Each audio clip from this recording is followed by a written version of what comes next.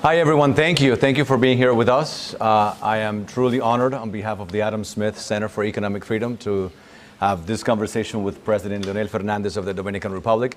We're going to have this as a conversation, but any great speaker deserves a great introduction, so Professor Eduardo Gamarra will do the honor of introducing President Fernández. Eduardo. Thank you very much. Welcome to all of you. We're going to have President Fernández give us his vision of something that interests our class very much, Mr. President. I have with us a course called The Politics of Latin America. Most of the students here are undergraduate students, but with a great interest in Latin America. So I've known Dr. Fernández for, in fact, we were reminiscing this afternoon, about 40 years. And I guess that's saying a little bit about how, about our age. But I've known the president for many, many years. Had the privilege of working with him on a number of different important projects, and a lot of them in relationship to our university.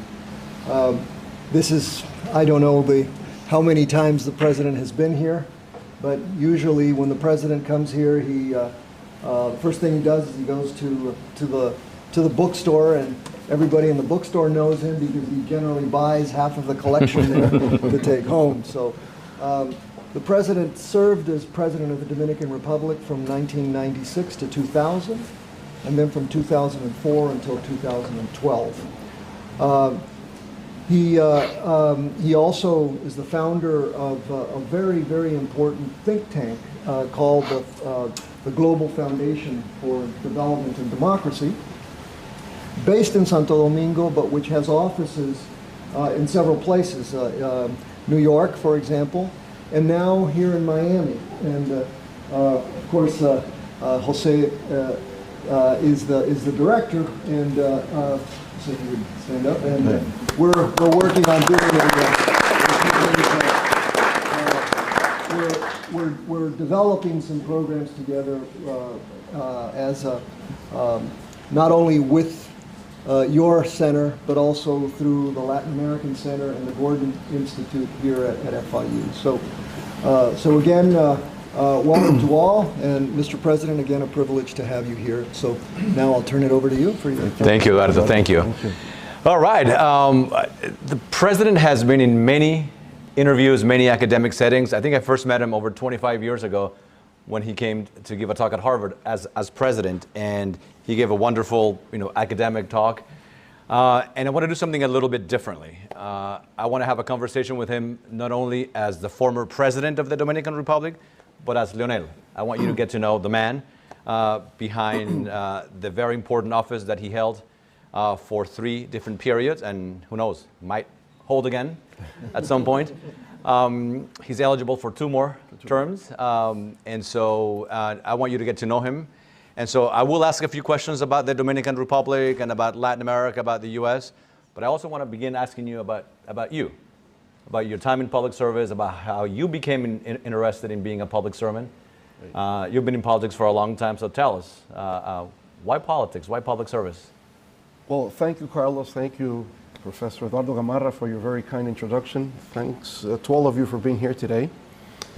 Well, let me tell you a little bit about that. I never thought of being a politician. I wanted to be a baseball player. That's what I wanted to be. Tough competition from the Dominican Republic. I came to New York when I was 8 years old, so I was raised in New York.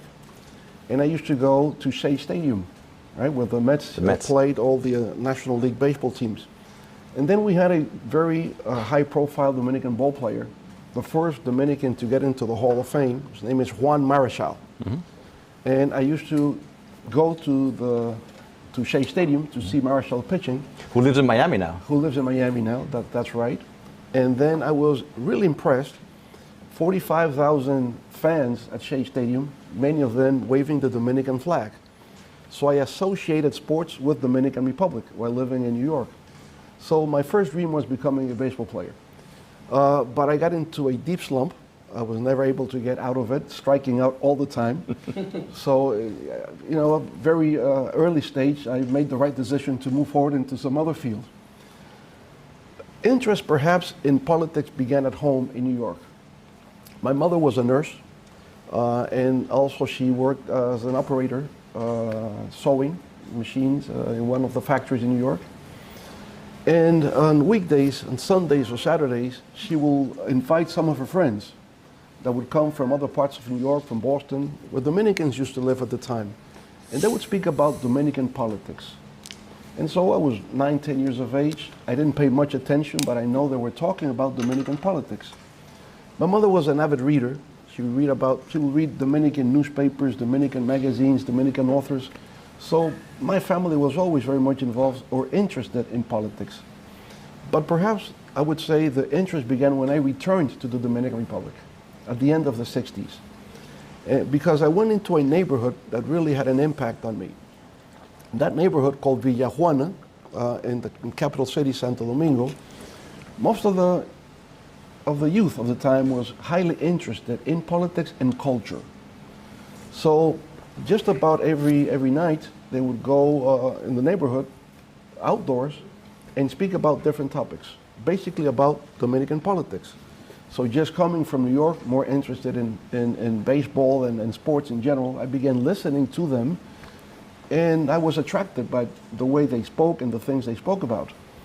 So they began lending books, and so I began reading some of these books and became very much interested. I was beginning high school years. Most of these youngsters were already in college, and so they had an influence, creating an interest about Dominican politics. Of course, there was a natural environment to be interested in politics in the Dominican Republic at the time. We have had a long dictatorship from 1930 to 1961, Trujillo dictatorship. And then after that, we had Juan Bosch, who was the first democratically elected president after the dictatorship came down. And well, he was elected, he was overthrown by a military coup. In 1965, there was a popular uprising in the Dominican Republic to bring back Juan Bosch to power, but then it was the Cold War, and many analysts mistakenly thought it was going to be a second Cuba, which was not. It was more a democratic revolution that was taking place. And so there was a U.S. military intervention in the Dominican Republic in 1965. And so people were still talking about that intervention, and how we should regain our national sovereignty, our national identity as Dominicans. So there was a natural environment to speak about politics and become interested in politics and about culture, Dominican culture. I remember at the time I met the most important Dominican poet of the time, Pedro Mir. He would come to the neighborhood and speak and lecture, and so we were able to really get in touch with these kind of people that influenced my generation. So the interest, I would say, becoming aware about the importance of politics in the Dominican Republic began in my neighborhood. Now, officially, I began participating when I entered the university in 1971. Autonomous University of Santo Domingo, UAST in Spanish. And they had student groups. But those student groups were more linked to political parties, not like here in the US. You have a students association, but it's more academics. It's more academic here, what students do. In the DR at the time, it was more political. So I began participating in a movement called Frente Universitario Socialista Democrático FUST, a social democratic student front. But it was linked to a party, the Dominican Revolutionary Party. So we began participating there. Juan Bosch returned to the Dominican Republic beginning the 70s, and he began speaking daily on radio, half an hour every day. He would speak not like a politician, but more as a professor. So I began listening to him, reading his books, and that's how I got more involved into politics at the beginning. You mentioned briefly baseball.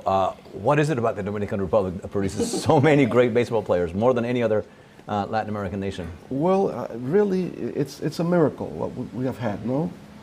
The possibility of having Dominican ball players get into the major leagues in the 60s, they opened the door for the others. And now we have Major League Baseball academics operating in the Dominican Republic, about 24 of them. So just about every Major League Baseball team has an academic in the Dominican Republic. And some of our youngsters are signed as young as 16 years of age, 17 years of age. Or Sandy Alcantara won the Cy Young Award last year best patron national league. And so yes, Dominican, we call it baseball lands. Dominican Republic is baseball lands, really.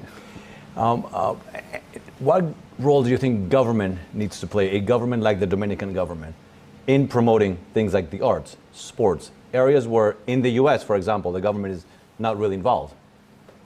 Well, in our case, government has to play a very active and dynamic role because the private sector is not as developed as it is in a developed country, so government really takes care of that. In sports, related to sports, we have a sports ministry. And my sports minister was Juan Marichal. So you see how things connect.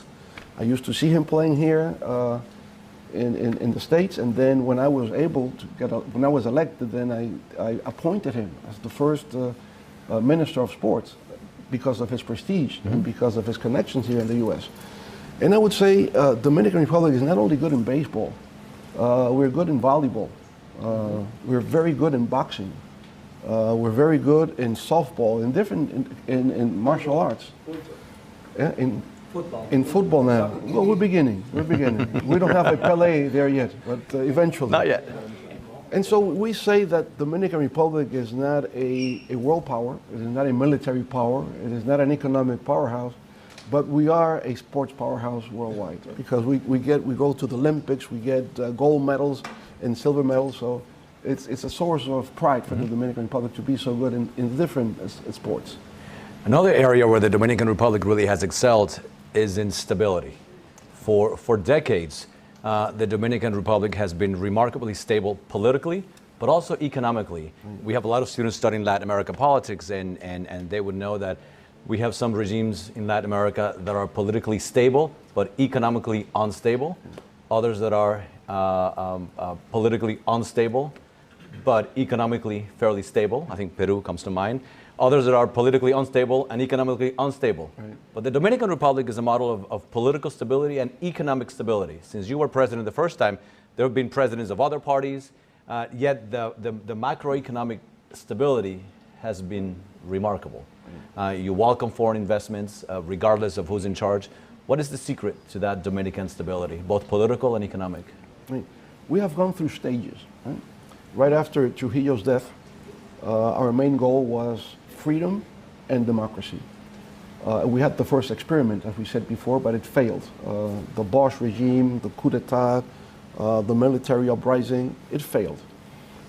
Then we had Balaguer, Joaquin Balaguer, who has become a legend in Dominican politics. He governed from 66 to 78. Into his 90s. Until his 90s and blind. Yeah, and blind. And blind. So we had a blind president in the Dominican Republic. But brilliant man, great scholar, magnificent public speaker, like no one else.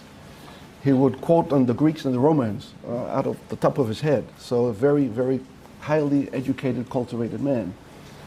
As any politician, history will judge finally, but my belief is that it's more positive than negative, what he did for the country.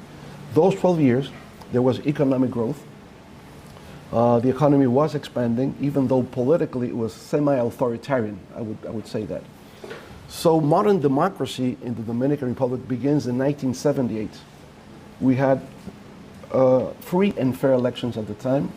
I think President Jimmy Carter, we spoke about this before, influenced the Dominican electoral outcome in 1978. When President Carter came to office, he promoted a policy of human rights and free and fair elections in Latin America, and I think that had an impact in our countries, alongside with other elements, other factors that were taking place outside the region. Remember that it was not only the Dominican Republic, but in the 60s and 70s, there were military coup d'etats everywhere, in Brazil, in Argentina, in Chile, everywhere. And politics was framed in terms of these are fascist governments, and we're struggling for a socialist transition. So it was either capitalism or socialism at the time. But many of these political leaders that were persecuted by the military regimes, they traveled over to Europe. Many stayed in Spain, others in Germany, others in Sweden, Switzerland. And at the time, I think three major events took place that influenced the Latin American leadership and the Dominican Republic political leadership as well. It was the death of Francisco Franco in Spain. This took place in 1876. And with the death of Francisco Franco, a democratic transition began to take place in Spain. Many Latin American leaders living in Spain at the time say, well, this makes sense. I think we can perhaps do the same thing in Latin America. So instead of fascism versus socialism, it became dictatorship versus democracy. The other was the fall of the military in Greece. And at the end also the fall of the family, the Salazar family in Portugal. Right? Another major element is when the socialist institution, el socialismo international socialism, in Europe was more Eurocentric. They opened the door, so traditional Latin American political parties would participate within the international socialists. And then you had leaders like François Mitterrand in France, Willy Brandt in Germany, and so they became interested in Latin American politics, and they influenced. So it was Carter, human rights policy, and free, fair elections. It was the European process of ending dictatorships and pivoting into democracies. Latin American political leaders were there, they were influenced, they came back, and then they had a new mindset about where the political struggle should move into. So the Dominican Republic was the first location, the first country in Latin America that made that transition, right, in 1978. And from there on, we've had free, fair elections for the last 40 plus years. So we have been able to understand, and I think there is a consensus among all political parties in the Dominican Republic, there's a consensus that you need to have stable democratic political system in order to have economic growth and have socio-economic development. And we can see the difference between Dominican Republic and our neighbor, Haiti. The problem with Haiti is that it doesn't have a democratic political stability system. It is undemocratic, it is unstable, and because of that, there's a lot of poverty, a lack of opportunities. And so we see that the solving current problems in Haiti needs to go by first stabilizing politically, creating democratic institutions. So if you have that, there will be confidence in investing in the country. Private, local investment, foreign direct investment in the country. And then we were also making a transition in terms of economic development. Dominican Republic, as just about every country in Latin America, were export-led countries. In our case, sugar, coffee, tobacco, etc. In the 70s and 80s, then there was a transformation more into a service-oriented economy. So we began promoting tourism, free trade zones, and free trade zones is manufacturing, but more export-led. So in those corporations, you would manufacture apparels, footwear, plastics, medical equipment, etc., and basically export it into the U.S. market on a duty-free basis. Originally, in the 70s and 80s, there was a program called the Caribbean Basin Initiative, CBI. And with CBI, we would export into the U.S. market textiles, apparel, and these other products I was speaking about. They would enter the U.S. market on a duty-free basis, unilaterally. So we didn't have to open our economy to import goods and services from the U.S. Now, in the 90s, at the end of the Cold War, the whole program was changed, and now it's bilateral. So we are part of what is called DR-CAFTA, Dominican Republic, Central American Free Trade Agreement, and because of that, we continue to export into the U.S. market, and now we also import from the U.S. market. Many products also duty-free. So this is how it plays out. So we have tourism and free trade zones and growth within the financial sector, commerce, and this has enabled the creation of an expanding middle class in the Dominican Republic. Another major factor is Dominicans abroad, especially here in the States. We have nearly 2 million Dominicans in the United States. We are 11 Dominicans back home, 2 million more abroad. And it's interesting because in the last census, what we see is that those 2 million, 1.1 million were born in the States, and only now 900,000 migrated to the United States. So what we see as a trend is that looking into the future, we'll have more children born of Dominican parents living in the States. This has also made a great contribution to the country because they send remittances, they send financial resources to the families and to the ties back home.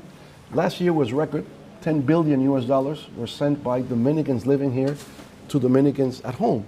So it's tourism, it's free trade zones, it is remittances, and traveling, and all this has made a tremendous transformation into the Dominican Republic. You mentioned the military dictatorships. For a couple of decades, you had a bunch of military dictatorships in Latin America.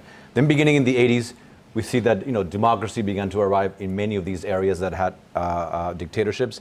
And we saw a new wave of democracies emerge all over Latin America. And so there was a lot of promise for democracy. People believed that democracy was the solution to Latin America.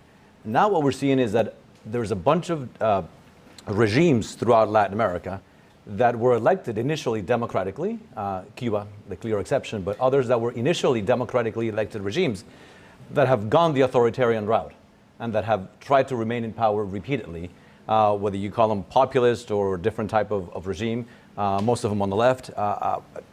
Do you think democracy has lost its luster? Are we seeing a return? Maybe not to authoritarianism the old-fashioned way through dictatorships, but a new type of authoritarianism emerging in Latin America? In a way, yes. Even though I think democracy still prevails in general terms, I would say those with authoritarian inclinations are the exception.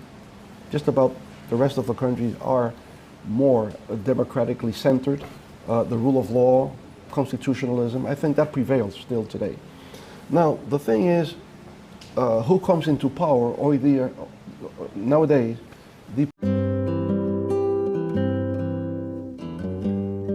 Hoy sé que no pido ni un rayo de sol para verte. No las tengo todas conmigo. Me deslumbras.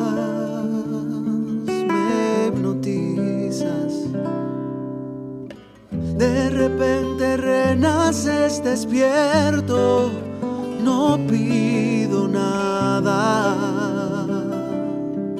Hoy sé que te quiero.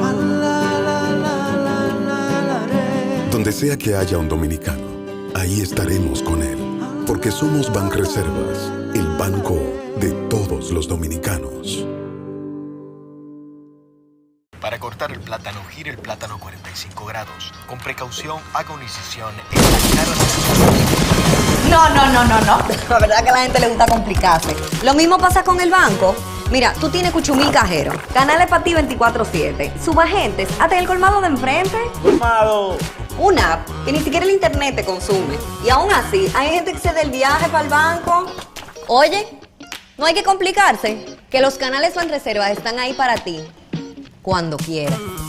No te compliques y utiliza los canales Banreservas, tu banco fuera del banco.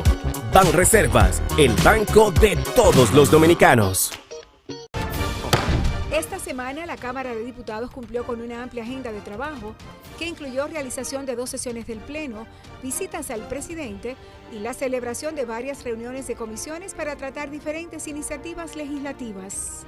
El presidente del órgano legislativo recibió el galardón a la municipalidad otorgado por la Federación Dominicana de Distritos Municipales. Además, la Cámara de Diputados inició con el proceso disciplinario que llevará a cabo sobre el legislador Miguel Gutiérrez Díaz, quien tiene un 0% de asistencia en el año legislativo 2022-2023, para que sea desvinculado de este poder del Estado. Asimismo, el Pleno de la Cámara de Diputados designó una comisión para investigar la mortalidad infantil en el país debido a los recientes sucesos lamentables en un hospital público. La comisión bicameral que revisa de manera integral la Ley 87-01 sobre seguridad social informó que está dando los toques finales a dicha iniciativa. Y durante la semana, 14 comisiones se reunieron para tratar diferentes iniciativas. Cámara de Diputados de la República Dominicana. Lo que San Cristóbal necesita se está haciendo. En menos de 3 años, lo que se prometió se está cumpliendo. Mejoramiento Acueducto San Cristóbal. Proyecto de reparación del Centro Médico del Primer Nivel La Palmita. Instituto Preparatorio de Menores Refor. Fase 2 de Dominicana se reconstruye. Trébol de San Cristóbal. Planta de tratamiento de aguas residuales. ¿Y ahora qué falta mambo? Porque pensamos en todos, empezando por ti. Esto es cambio. Gobierno de la República Dominicana. Aquí, en la provincia de Duarte. Esto es cambio. La provincia de Duarte es una provincia maravillosa. La gente de aquí somos todas trabajadoras, buenas y serviciales. En otro tiempo, verdaderamente fuimos abandonados. Realmente era un caos. Pero después que nuestro presidente Luis Abinader llegó, nosotros estamos dentro del cambio, de ese cambio que el presidente soñó. Nos encontramos en la provincia de Duarte, en donde el gobierno central, a través del Ministerio de Obras Públicas, ha venido realizando un conjunto de ejecutorias para mejorar la calidad de vida de los habitantes de esta provincia. Y se están cumpliendo los trabajos a capa y espada. Antes esto era intransitable. Porque imagínate, si antes era mucho polvo y un desastre. Hoy día, esta vía no está en una maqueta, esto es un diseño realizado. En tiempos atrás solamente había un beneficiario del puente Guisa, que era el río, porque cada vez que hacían un puentecito lo hacían malo y se iba. Esa obra para nosotros ha sido una obra maravillosa. Vimos realidad este sueño. Y miren, 2 años aquí se ha asfaltado, aquí donde quiera. Ahora podemos salir en los vehículos, llegamos más a tiempo y nuestros vehículos no se deterioran. Y agradecidos estamos como comunitarios por eso.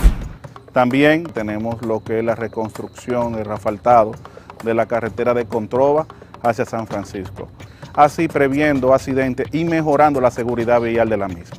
Esto que ustedes están viendo hoy aquí es solo una pincelada de lo que está haciendo el gobierno en la provincia de Duarte.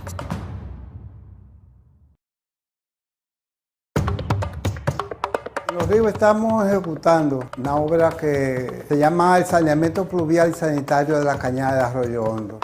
Hemos alcanzado ya el sellado de la cañada.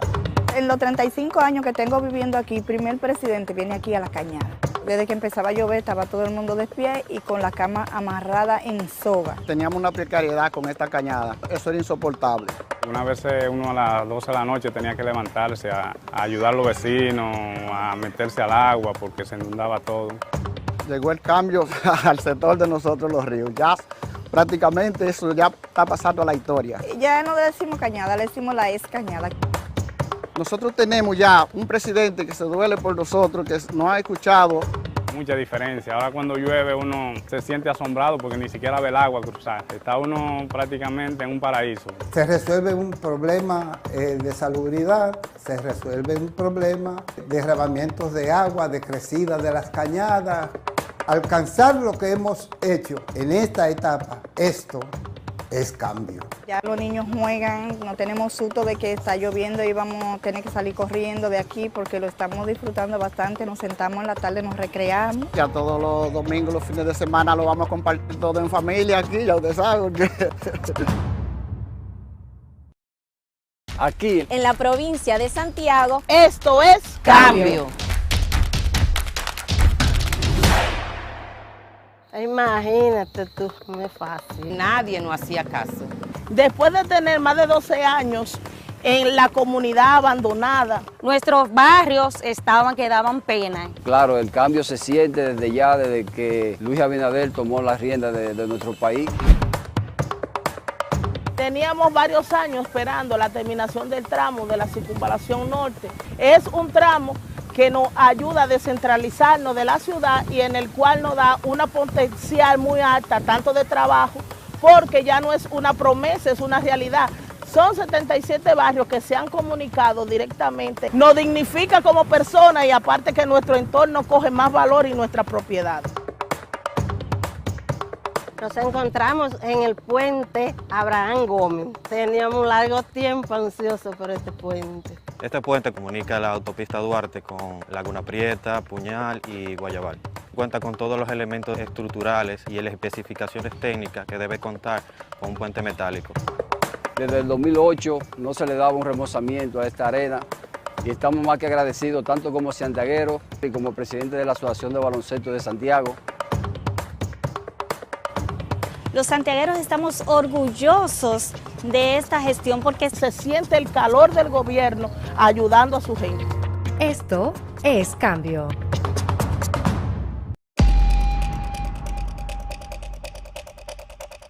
Say those with authoritarian inclinations are the exception. Just about the rest of the countries are more democratically centered. The rule of law, constitutionalism, I think that prevails still today.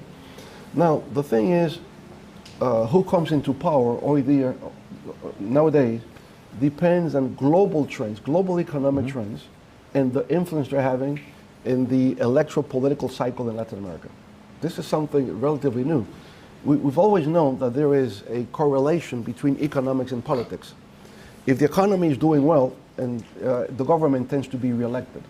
If there is a downfall in the economy, most likely the opposition will come into power. But that used to be on the local terms. Now it's globally. Global economic trends define political electoral cycles in Latin America. So when the Democratic left, I should call it, is not the armed left. It's not a revolution. They came elected by the people, no? This Democratic left, or center left in Latin America, came into office due to the recession that began to take place in 2001. That's what explains that Lula won the elections in 2002, and all the others, because there was an economic situation that was having a negative impact.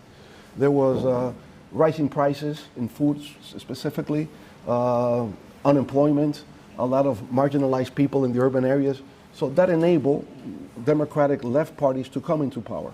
Now they were lucky enough that once in office, China began growing at 12% average annually, something extraordinary. And China began demanding natural resources that we have in the region, oil, natural gas, copper, soybeans, etc. So China was buying all of these products. And so for the first time, these governments, especially in South America, were having enough resources that they can invest in social policies. So they were investing more in education, investing more in healthcare. And so people were, I would say, supporting massively these governments. They got reelected many times. They had an enormous popularity, right? And it took a whole decade, from 2003 to 2013. And they call this the golden decade economically in Latin America. But beginning in 2014, it was the other way around. So China began lowering its economic growth. There was less demand of commodities coming from Latin America. And from 2014 to 2019, the year before the pandemic, there was a downfall in Latin America's economy. It only grew 0.5. While in the previous decade, from 2003 to 2013, it grew 5.5%, then a downfall to 0.5%. And so those governments that came into office, or that were in office, they lost the upcoming elections. So in the last 14 elections that has taken place in Latin America, from 2014 to 2022, all governments have lost elections, with the exception of Nicaragua, because the president jailed all his opponents. So every one of them. Every one of them, right? So he didn't win in a fair way. So this is. Do you think it's cyclical? It's cyclical. I think politics is like a pendulum. It's like a pendulum in Latin America, more dependent nowadays of global economic trends. In our case, the Dominican Republic, we're more connected to the U.S. We're more connected to the U.S. system. If the economy is doing well in the U.S., then it has a positive impact in the Dominican Republic. For example, what is taking place at this moment? Because of stimulus programs put in place here in the U.S. after the pandemic, consumers are buying more here in the U.S. If you go to shopping malls, you see people buying all the time. If they buy shoes, if they buy clothing, most of this is manufactured in countries like the Dominican Republic. So employment has risen in the Dominican Republic due to U.S. consumption, right? So this is helpful. But at the same time, there is inflation. And if the Federal Reserve increases rates, Dominican Republic has necessarily to increase rates at the same time. Why? Because if the central bank doesn't increase the rates, then there will be a capital flight from the Dominican Republic trying to station where they will get more return. So it's all connected. 92 central banks around the world are doing the same thing, increasing rates, interest rates, right? So there is a connection there. Now, if you raise interest rates to bring down inflation, most likely you're going to slow economic growth. And if you have to continue raising interest rates, at some point there will be a recession. And if there is a recession, whoever is in power will lose the next elections. Now, of all the countries we talked about, there's 3 that have remained authoritarian for a long time. 1, Cuba, 64 years. Venezuela, a quarter of a century. And Nicaragua, whether you count the first in the 80s, the first period of Ortega, or the recent one, even more. The Dominican Republic, again, has been a model of stability, democracy, free markets. Is there a role for the Dominican Republic to play in perhaps bringing these countries on the democratic side? Well, and if so, what should that be? I think we began playing that role during my administration when there was a crisis between Venezuela, Colombia, and Ecuador. Colombian troops entered Ecuadorian soil, persecuting members of the militia groups, members of the guerrilla groups. Colombian guerrilla groups supposedly operating from Ecuador. So we had a meeting by what is called then the Summit of Rio de Janeiro in the Dominican Republic, and there was a quarrel between these 3 countries. Even they were going to file a lawsuit in The Hague, no, for violation of human rights and whatever. So we were able to solve that problem in a diplomatic way. And so we left the meeting with the idea that the Dominican Republic could play a role of mediating on conflicts within countries in the region. I remember the president from Honduras saying Santo Domingo is the capital of peace in Latin America. And then some other conflicts came about and we were able to solve that, especially Honduras. When there was a military coup against President Zelaya, I had to go and travel, being president of the Dominican Republic, to rescue Zelaya, who was in exile in the Brazilian embassy, but under threat that would be killed by the Honduran military.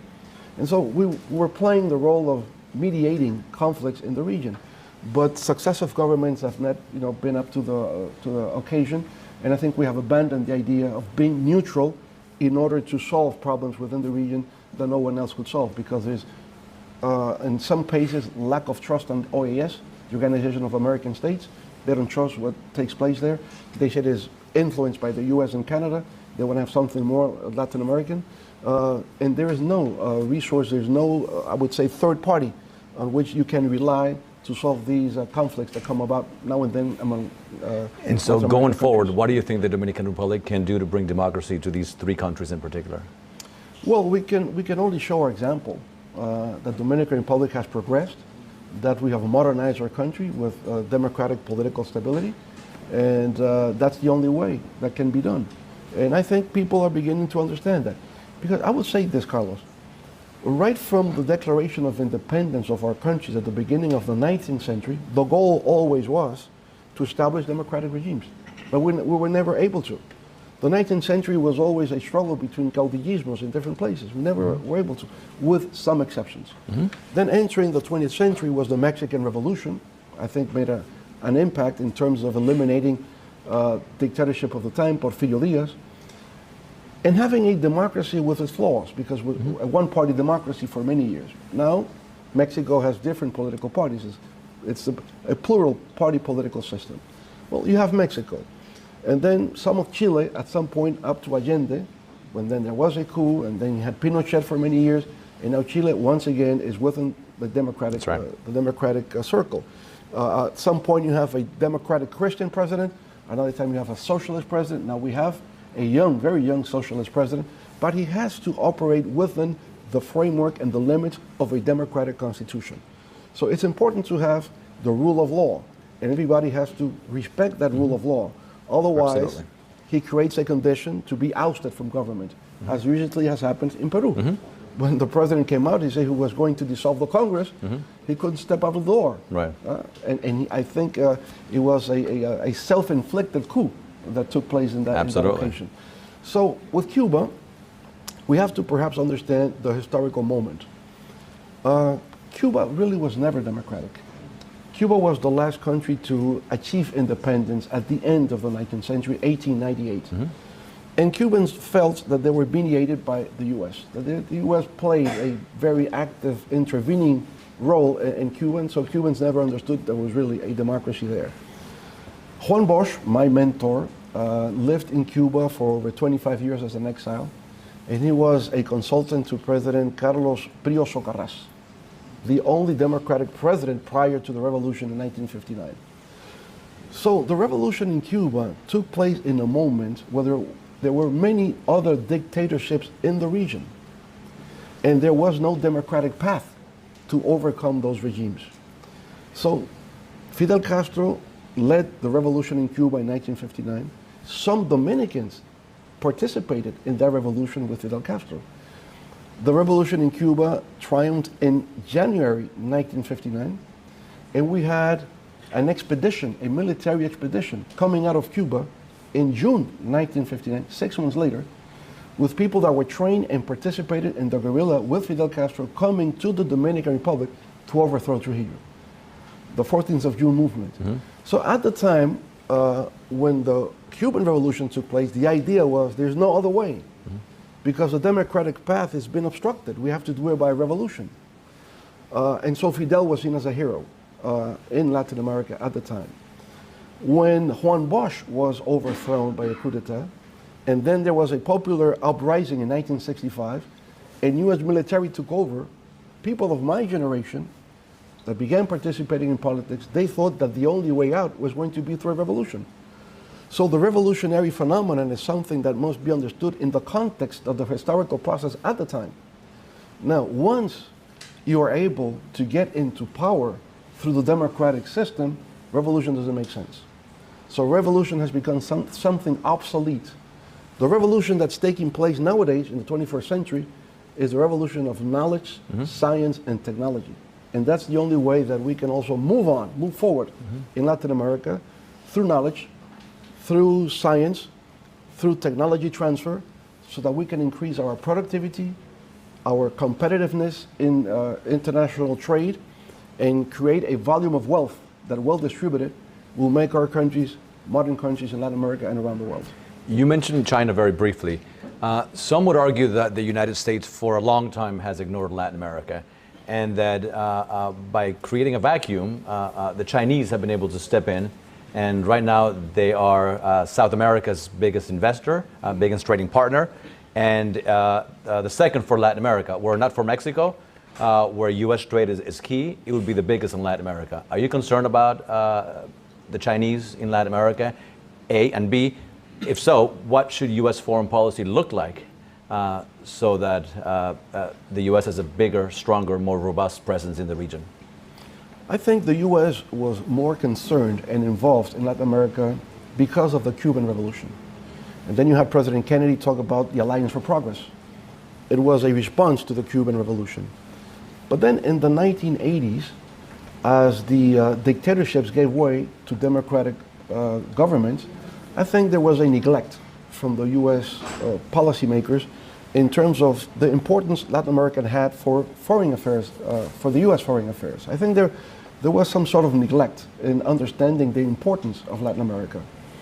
Now, the Chinese began coming into the region more the 90s and the beginning of this century, especially in South America.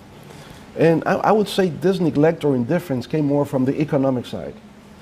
U.S. multinationals began abandoning Latin America. They thought that Latin American countries were too small, not enough population to buy goods and services from the U.S. U.S. companies, on the other hand, began going to China, investing in China, right? The industrial belt up in Northeast. I know that because we have many Dominicans living, for example, in Providence and Lawrence. This used to be manufacturing places, no? Ghost cities nowadays. Those companies went to China. And they went to China because they saw China had a huge population, 1.4 billion, so they're going to be consumers, they're going to buy American products manufactured in China. Dominican Republic only has 11 million people, not enough population to buy goods and services for America. So all these companies left, or the majority of these companies left. You don't find one US company doing infrastructure development in Latin America. I don't know of anyone. And so Chinese companies began overtaking US market in South America, not in the Caribbean. In the Caribbean, US always had a tighter connection, and it's just been recently because Taiwan was unable to really deliver in terms of connecting the Latin American countries with investments coming from Taiwan. Taiwan was also investing in China. Taiwanese companies were going to China. So the Taiwanese government was interested in having a relationship with our government, but the Taiwanese private sector made no investments. They were still aiding. Yeah, we'll give you ambulances, or we'll build a hospital for you. Well, we have become middle-class income countries. We don't need this type of aid anymore. We want investments. So the Taiwanese or the US companies were not investing. The Chinese come in, they say, we're going to build this for you, we're going to do the other thing, and so they become attractive. I think the US has reacted lately, I would say, to the penetration of China in this part of the world, but still early enough. Still, I think the US has a geopolitical interest in increasing its support in this part of the region, because we all see that the rivalry in the 21st century is between US and China. And we are in, I would say, in the geopolitical sphere of US interests. And so the US cannot ignore this part of the world anymore, because you can install naval bases, you can have terrorist groups operating, for example, in this part of the world. And I would say, for example, Haiti. I think the US is not paying enough attention to Haiti. Haiti is very close to US soil. You can have terrorist groups operating there. You can have all kinds of things that would damage US homeland interests. So you have to pay attention to these things. You know? It's not only that Dominican Republic cares because it's our closest neighbor and we might have a massive illegal migration coming into our country, but it's because Haitians are migrating also illegally into the US. They're being returned when they reach the Keys, but many things can happen. So for geopolitical interests, I think the US has to pay more attention to this part of the world. We need more investment, and we know that there's a new program called nearshoring. And with nearshoring, I think we're going to surpass the impact of the free trade zones, because I think we can bring the global chain system. With the global chain system, for example, Dominican Republic is not in the automotive industry, but we can be part of the automotive industry.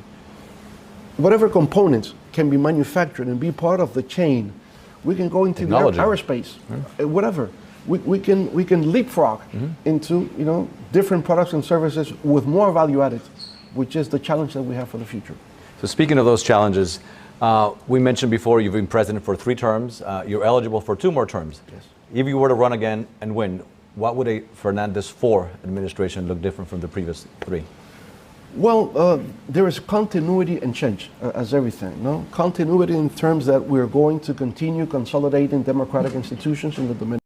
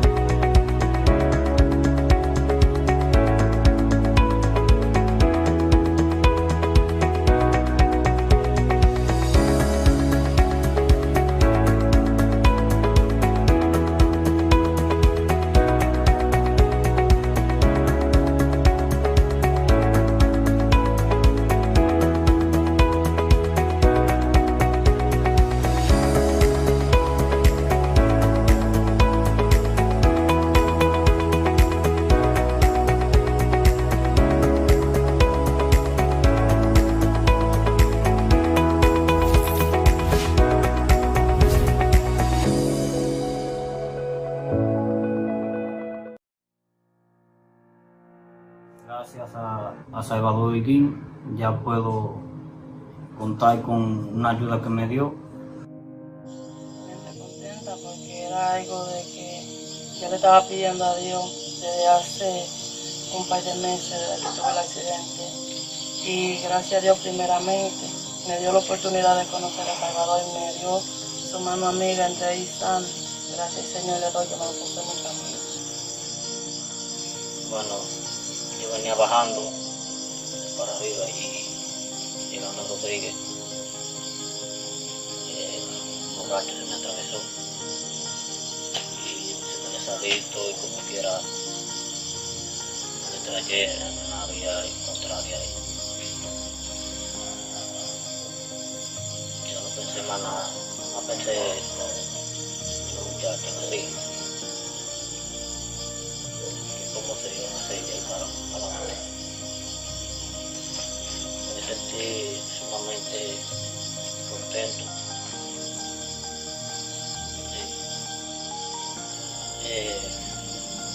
Como te digo, la operación fue todo un éxito. Muy bien. Los médicos dicen que hay médicos perros, mentira. Ahí no hay médico perro.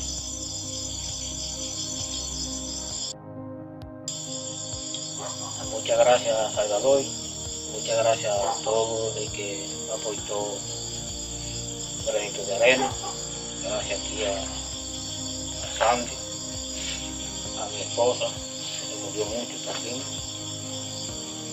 y todo el que estaba en oración respecto a esa operación. Salvador Iguín, yo le quiero decir que siga así, que el Señor le va a dar su recompensa. Y el grupo médico, que lo felicito, porque el primer hospital que voy y tienen esa tendencia fue en Santo Domingo. Un logro más de lo que se está haciendo en el grupo democrático, liderado por el líder Salvador Iguín. Este es uno más de los logros de lo que nos ha propuesto y nos ha dicho nuestro líder.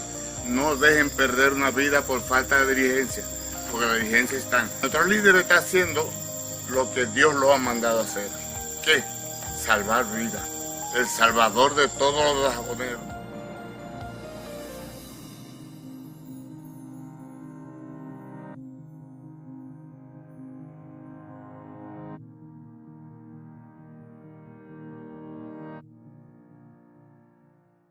Convencidos en que la tecnología e información son garantías de éxito y desarrollo de las personas en la era digital, la Fundación Salvador Iguín trae totalmente gratis a tu provincia de Jabón los cursos de informática e inglés para ponerte acorde con los tiempos y garantizar la capacitación y profesionalidad de sus compueblanos.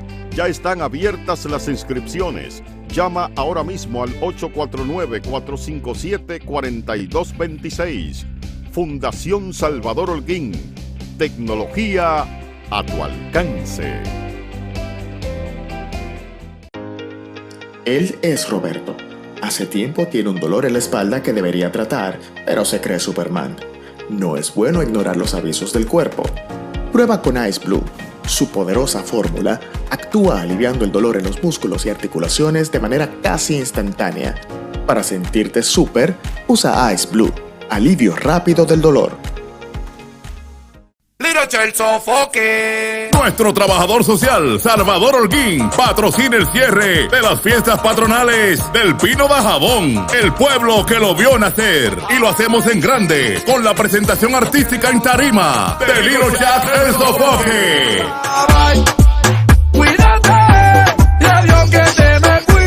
En un cierre espectacular de estas fiestas patronales que se realizará este domingo 30 de abril a las 9 de la noche con el dembowcero Little Jack El Sofoque. Un evento patrocinado por el próximo senador de la provincia de Jabón, Salvador Iguín, para el deleite de todos sus compueblanos pineros. No miren para atrás, que lo que un día fue no será. Dajaboneros, no os desesperéis, ya falta poco. Salvador Iguín, senador.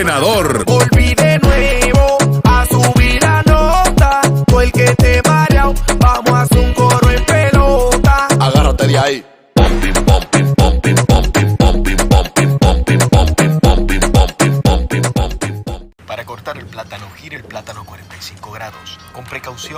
incisión No. La verdad que a la gente le gusta complicarse. Lo mismo pasa con el banco. Mira, tú tienes cuchumil cajeros, canales para ti 24/7, subagentes, hasta el colmado de enfrente. ¡Colmado! Una app que ni siquiera el internet te consume. Y aún así, hay gente que se da el viaje para el banco. Oye, no hay que complicarse, que los canales Banreservas están ahí para ti, cuando quieras.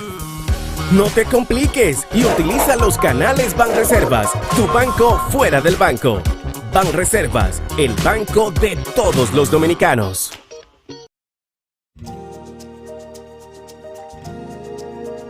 Tenemos un propósito que marcará un antes y un después en la historia de la República Dominicana. Despachar la mercancía que llega a nuestros puertos en 24 horas. Es un trabajo en equipo, un desafío que solo se puede enfrentar con entusiasmo y valentía. Nuestras aduanas están equipándose con los últimos avances tecnológicos porque solo con modernidad y eficiencia podremos agilizar los procesos operativos. Es un gran reto, pero si unimos nuestras voluntades, juntos podremos lograrlo. Esta iniciativa impactará los índices de competitividad de nuestro país, favorecerá el comercio exterior y mejorará la calidad de vida de nuestra gente. Nos encaminamos a ser el hub logístico de la región.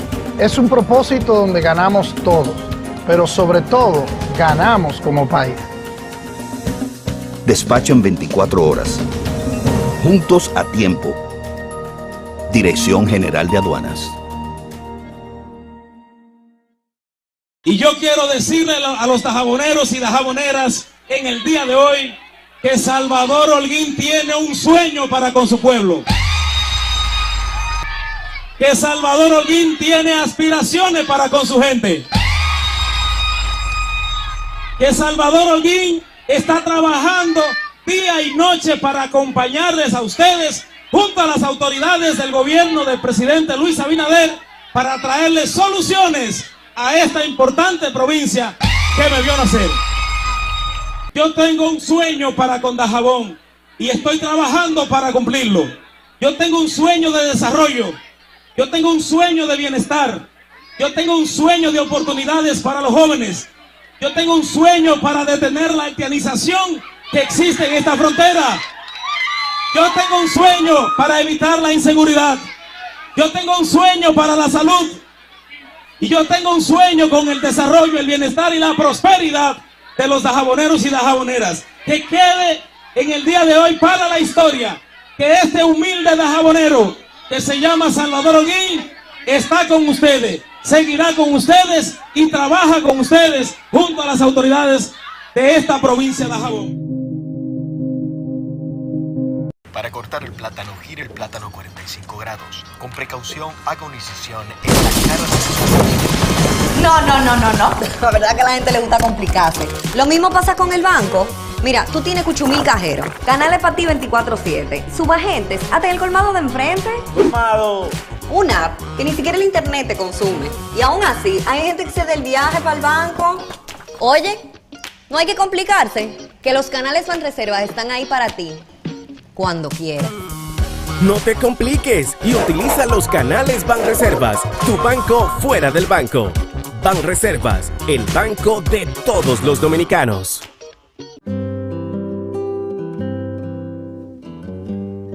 Hoy sé que no pido ni un rayo de sol para verte.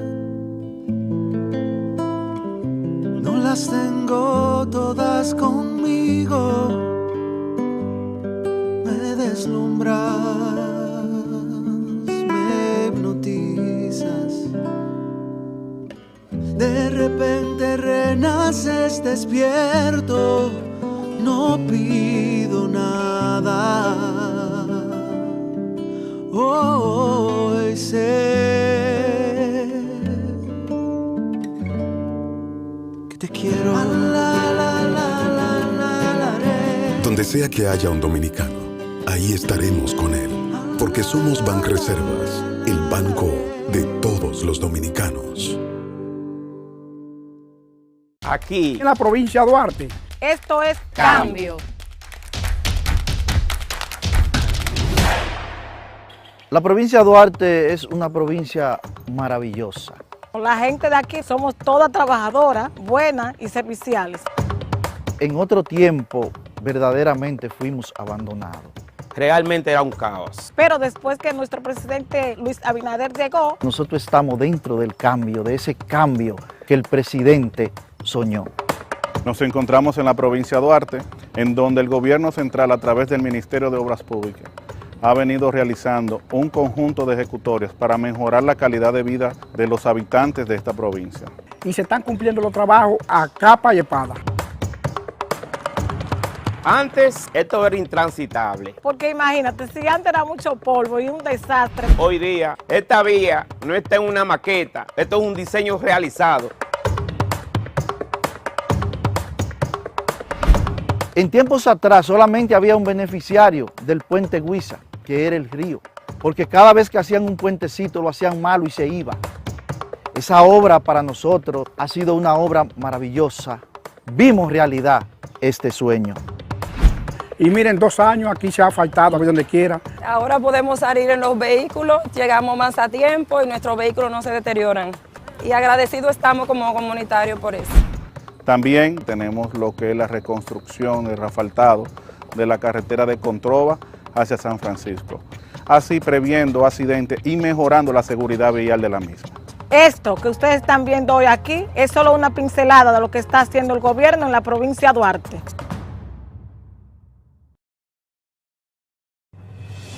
Lo que San Cristóbal necesita se está haciendo. En menos de 3 años, lo que se prometió se está cumpliendo. Mejoramiento Acueducto San Cristóbal. Proyecto de reparación del Centro Médico del Primer Nivel La Palmita. Instituto Preparatorio de Menores Refor. Fase 2 de Dominicana se reconstruye. Trébol de San Cristóbal. Planta de tratamiento de aguas residuales. ¿Y ahora que falta mambo? Porque pensamos en todos, empezando por ti. Esto es cambio. Gobierno de la República Dominicana. Aquí, en la provincia de Santiago, esto es cambio. Imagínate tú, no es fácil. Nadie nos hacía caso. Después de tener más de 12 años en la comunidad abandonada, nuestros barrios que daban pena. Claro, el cambio se siente desde ya, desde que Luis Abinader tomó las riendas de nuestro país. Teníamos varios años esperando la terminación del tramo de la circunvalación norte. Es un tramo que nos ayuda a descentralizarnos de la ciudad y en el cual nos da una potencial muy alta, tanto de trabajo, porque ya no es una promesa, es una realidad. Son 77 barrios que se han comunicado directamente. Nos dignifica como personas y aparte que nuestro entorno coge más valor y nuestra propiedad. Nos encontramos en el puente Abraham Gómez. Teníamos un largo tiempo ansioso por este puente. Este puente comunica la autopista Duarte con Laguna Prieta, Puñal y Guayabal. Cuenta con todos los elementos estructurales y las especificaciones técnicas que debe contar con un puente metálico. Desde el 2008 no se le daba un remozamiento a esta arena y estamos más que agradecidos, tanto como santiagueros y como presidente de la Asociación de Baloncesto de Santiago. Los santiagueros estamos orgullosos de esta gestión porque se siente el calor del gobierno ayudando a su gente. Esto es Cambio. Los Ríos estamos ejecutando una obra que se llama el saneamiento pluvial y sanitario de la cañada de Arroyo Hondo. Hemos alcanzado ya el sellado de la cañada. En los 35 años que tengo viviendo aquí, el primer presidente viene aquí a la cañada. Desde que empezaba a llover estaba todo el mundo de pie y con la cama amarrada en soga. Teníamos una precariedad con esta cañada, eso era insoportable.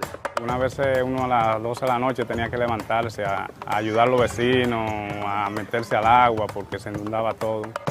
Llegó el cambio al sector de nosotros los ríos, ya prácticamente eso ya está pasando a la historia. Ya no le decimos cañada, le decimos la ex cañada. Nosotros tenemos ya un presidente que se duele por nosotros, que nos ha escuchado. mucha diferencia. Ahora cuando llueve uno se siente asombrado porque ni siquiera ve el agua cruzar. Está uno prácticamente en un paraíso. Se resuelve un problema de salubridad, se resuelve un problema de derramamientos de agua, de crecida de las cañadas. Alcanzar lo que hemos hecho en esta etapa, esto es cambio. Ya los niños juegan, no tenemos susto de que está lloviendo y vamos a tener que salir corriendo de aquí porque lo estamos disfrutando bastante, nos sentamos en la tarde, nos recreamos. Ya todos los domingos, los fines de semana lo vamos a compartir todo en familia aquí, ya ustedes saben.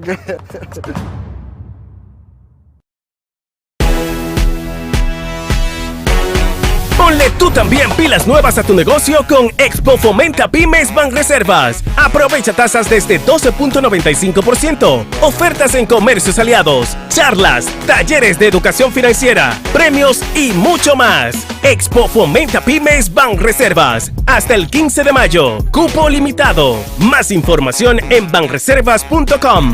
Banreservas, el banco de todos los dominicanos.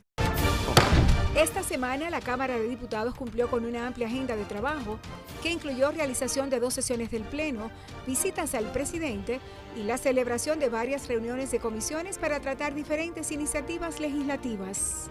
El presidente del órgano legislativo recibió el galardón a la municipalidad otorgado por la Federación Dominicana de Distritos Municipales.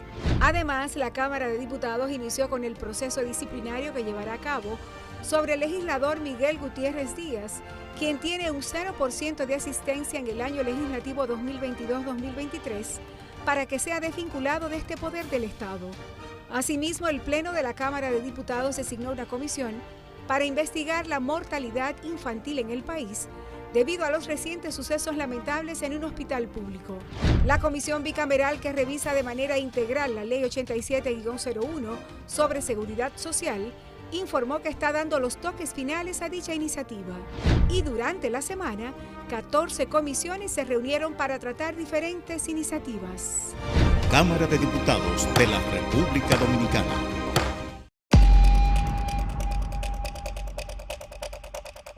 A passive participation, they can actively participate in policy making, designing different policies for education, for healthcare, for agriculture, industry, whatever. That can be done, but I think one basic thing is guaranteeing permanent, sustainable, democratic stability in the Dominican Republic. From the economic side, we have evolved, as I said before, from agricultural exports more into a service economy. I think our next step would be to scale up into a high-tech economy, more technologically driven, so we can implement technology to every sector, to agriculture, to industry, to the service sector, so we will have more productivity gains. But at the same time, how can we get into the world economy, especially here in the United States, with more goods and services with value added? One major element where FIU will help us govern well for the Dominican Republic is we're going to work on something called a strategic alliance between Florida and the Dominican Republic. We see that the Dominican Republic should be the next Florida in the Caribbean, have the modernization, have a university like FIU in some of our provinces back in the Dominican Republic. And I know we can do that because the president of the Student Association is a Dominican. Christopher is here. So, and Christopher, who surprised me, I just met him when I came in. PhD student? Is a PhD student in computer science, what we need in the Dominican Republic to make a real change.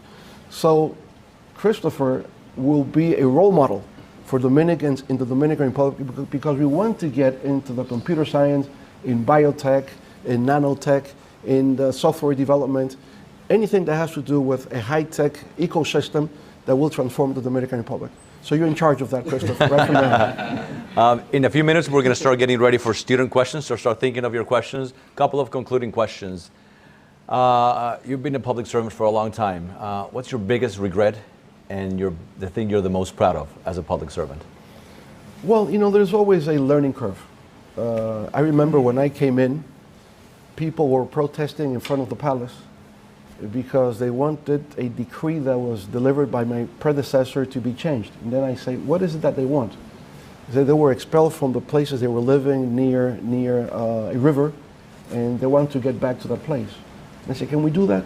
I said, you can do it temporarily until we build new houses for them. In the meantime, they don't have to be homeless. I said, it sounds like a good idea. But then instead of just annulling the previous decree and delivering a new one, I invited those people to come into the palace, to the cabinet room. So they will feel that it was a new democratic government that was with the people. And so, yes, we were able to arrange them back again where they were until we finally built the homes they went into. But then when other groups saw that the new president was inviting people to come into the palace, strikes and protests began taking place every day. So I think I was paying the price for being a rookie president. Right? I regret that. Also, I would say salaries were very low at the time when I got into salaries for public servants. So I began taking the pressure to increase those salaries. And I made the mistake to do it before the end of the budget, the fiscal year. And people said that wasn't fair, that was governing for the elites and not for the people. And so I regret that, but it was a lack of knowledge, it was a lack of experience. And so we were able to solve that. Your biggest accomplishment? Biggest accomplishment? If you have to choose one. I would say when I inaugurated the Santo Domingo Cyber Park, because I saw that as the wave of the future. That dream has not been fully fulfilled, but I think with the Technological Institute of the Americas and the Cyber Park is converting that into a technological corridor of the Americas that we will do in our partnership with the state of Florida. The metro. Ah, the metro. Yes. Well, thank you for remembering that. Yes. When we built the metro system, is a subway system in the Dominican Republic. Nobody thought we could do it. They said this is something for developed countries, not for countries like the Dominican Republic. And we did it with Dominican engineers. They built the subway. When we inaugurated the subway, the metro, it was a day of pride for the Dominican Republic. We saw the flags everywhere. And even in New York, people in their apartments were hanging the Dominican flag in sense of pride that we were able to build a subway system in the country. Thank you for remembering that to me. At the center, we're developing a leadership program to study leadership in collaboration with the College of Business, and we have a scholar of leadership here. In your opinion, briefly, what makes a great leader? Thinking about the people. It's not about you, it's about the people. So if you have that always focused, that you're working to improve the life of your fellow citizens, and it's a great personal sacrifice, then you might become a good leader. You have to listen. You learn by listening. You have to understand the particular things that really interest people. You have to be a people's man in order to become a leader. So we began talking about you as a public servant, and I want to conclude with a question that I ask every leader that comes into the center. We have a lot of young students here, tons. And I'm sure many of them want to be public servants one day. But they read the news, they look at what's going on around them, and all they see is the negativity surrounding public service, politicians, the corruption, the scandals. What do you tell them to become, why should they be public servants? What words of advice would you give them if they really want to be public servants, but they're turned off by what they read or see on television? Well, you know, I would say being a politician, especially in Latin America nowadays, is always serious business, and it's perhaps even dangerous because your reputation is always on the line. But there is also a sense of honor serving your country, right? And if you get that honor bestowed upon you, and you can really make a contribution and be able to transform the country, I mean, there's no more honor than that you can get. On a personal level, if you're someone who is seeking knowledge and experience, there's no other place that you can gain more knowledge than being a public servant. Because politics has to do with everything. If you become a medical doctor, you only know about medicine, and you only know about your area of expertise. If you become a lawyer, you stick with civil law, or you're a trial lawyer, but you don't know much more about that. But in politics, you know about everything. You know about healthcare, you learn about education, you learn about agriculture, you learn about just about, so you're interest for life opens up for you. It enlightens you to really, you understand the world better, you understand human nature better. So nothing is more transformative than becoming a public servant on the personal level. So if you're looking back and look at a young Leonel, the high school student, and you have a choice of being a baseball player, Hall of Famer, or president, you would have chosen the same? I would have preferred being a baseball player. I'm still stuck to it. I'm still stuck to it. All right. So let's open it up for questions. I'll ask if we can have the students go first. So, yes, right here. Yes. Okay. So, hello, everyone. Say your name and where you're from. I'm Zolo Batista, born and raised in the Dominican Republic. Moved here almost 3 years ago to pursue my bachelor's here in finance and economics. Mr. President, a pleasure to have you. Basically, I just wanted to ask you because I had the chance to be an intern in the Ministry of Finance this last summer, and I will be heading to JP Morgan as soon as I graduate to be in the investment banking division. And we're low-key heading into a recession, so I just wanted to know what measures and actions would you want to take if and when you get elected and you basically become president for the stability of the banking system, especially in the Latin America industry. So for the next questions, we're going to have a microphone only for the benefit of people watching online. Right. Well, let me tell you, we have a very financial stable system in the Dominican Republic, as you well know. The last banking failures took place 2003, and ever since, many measures were taken and implemented to have a trustworthy and stable financial system. Now, you never know. Look what's happening here now. There recent failure by 2 banks, and there's a lot of concern that it might spread and affect other banks here in the States or even in Europe. So we hope it doesn't happen, because it's always a catastrophe when you have these financial fall downs. But I think with your experience, what you're doing here, and what you're planning to do at JP Morgan will be of great interest for the Dominican Republic, because we are connected to the financial international system. We're always issuing bonds, we're increasing our debt, and if we have Dominicans who are knowledgeable about how the global financial system operates, you can better represent the interests of the Dominican Republic. So I congratulate you. So we have in computer science and now in finance, I think the Dominican Republic is heading for a very prosperous 21st century. Okay, Christopher? Yes. Okay. Go here. The microphone right behind you. Hello, my name is Ishmael, and I was born in the Dominican Republic. My major is political science, indeed. My question is, in 1995 and 1996, when you were working with President Balaguer and former President Bush, how did it come for you to be the candidate for the 1996 election? How that happened? And also, the next question will be, in 2018, when the Dominican Republic withdrew the recognition of Taiwan, the Republic of China, for the People's Republic of China, you were already an influential figure within the government. How did you react? What was your opinion on that decision? Okay. Great questions. Before I answer the question, I would like to acknowledge the presence of 2 senators from the Dominican Republic that are with us at the audience. 2 senadores de República Dominicana. Diony Sánchez, who is the speaker, and Franklin Rodriguez. They happen to be also members of our party, La Fuerza del Pueblo.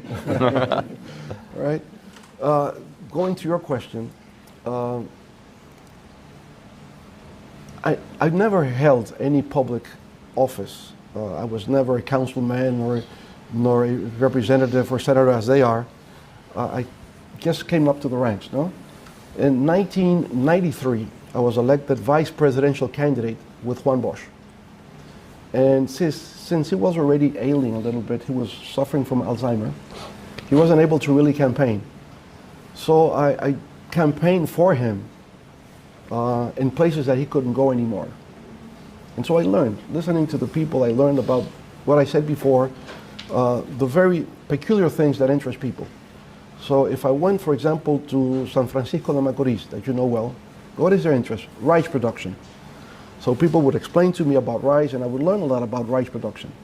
If I go to the border with Haiti, Montecristi, people export bananas. So they will explain to me what they would be expecting from a new government about banana exports. So you would learn about banana exports just listening to the people there. And that's how it happened. So we had a crisis. The only real crisis, no, we had one in 1992, an electoral crisis, again in 1994, and the next period was lowered to 2 years. So instead of being from 1994 to 1998, it came 94 and 96. And that's how I came in as a candidate in 1996. But it was because I was a vice presidential candidate the year before. My relationship was really with Juan Bosch. He was my professor, I would say. No? In the Dominican Republic, one learns more informally than formally. Here you have the chance to come to a university and you learn the formal way. We learn by doing. We learn in practice. We learn in real life. And I would say being in politics taught me a lot. For example, I became a journalist, but because the party, our political party, had a newspaper. And I would write every week. I would write about economics, I would write about international affairs, but it was never scholarly. It was something that was done, every week. Reading, of course, magazines, newspapers, books, whatever, and coaching you someone who was a professional writer. So he would take his red pen and say, you don't write like this, you have to be more specific, don't use adjectives, you always go directly to what you want to say. So you learn, you're trained in practice, and then you see the effect your writing has on people. You say, oh, I read your article, I find it very interesting, I learned a lot from what you said. That's the way we learned, that's the way it was happening. So with Balaguer,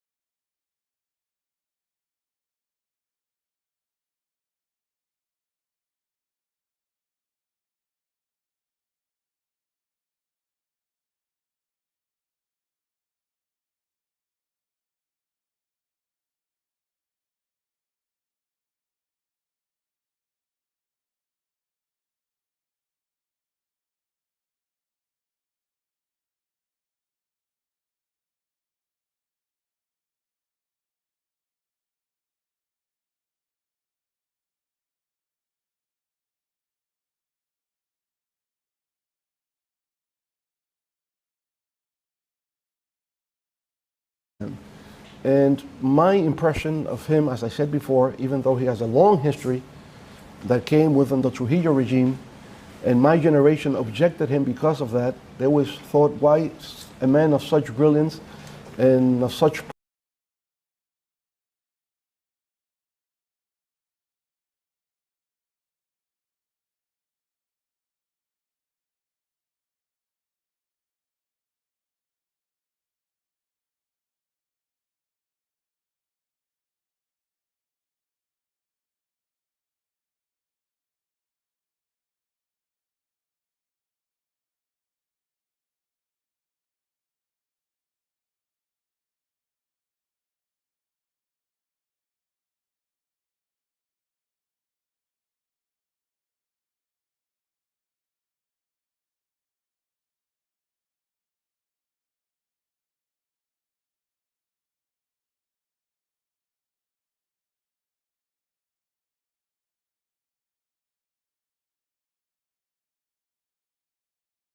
but I think he has been a positive force. At the end, I think history will judge him as a positive force for change in the Dominican Republic.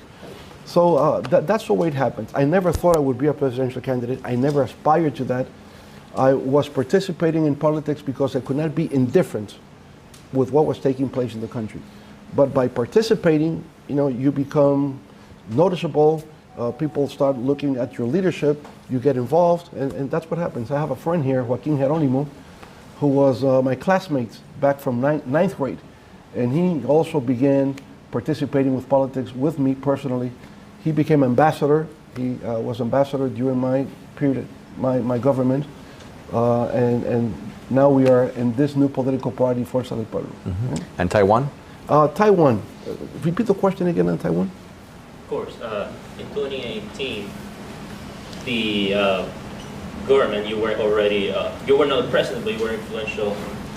You were an influential figure in politics and government. How was your reaction with the change of recognition from Taiwan to the China. people of China? Look, I think it was inevitable that that would happen because China has control. And then when Dominican Republic wanted, for example, to lead one of the agencies, we didn't have China's support. But China was and is very influential in Africa. So all those African votes, we will not have it. China is very influential with countries in Asia. So Dominican Republic was alienated in the UN system. We couldn't really hold any position because China will alienate the votes for any country that did not have formal diplomatic relations with the People's Republic of China. So Taiwan's influence was waning and China's influence was continuously moving up. So it was inevitable that at some point we needed to have formal diplomatic relations with the second most important and powerful country in the world. That's right. Yeah. You can start it. I could project. Yeah, start it. Project. First of all, good evening, everyone. First of all, thank you so much for coming out here and taking time out your very busy schedule to meet with us, all Florida International University students. We thank you so much. So as you can see, there's a number of Dominican students studying here in the United States. So what measures do you think could be implemented to support and encourage those Dominican students studying here in the USA? And how can Dominican Republic further benefit from the education and the skills these students bring back home? Right.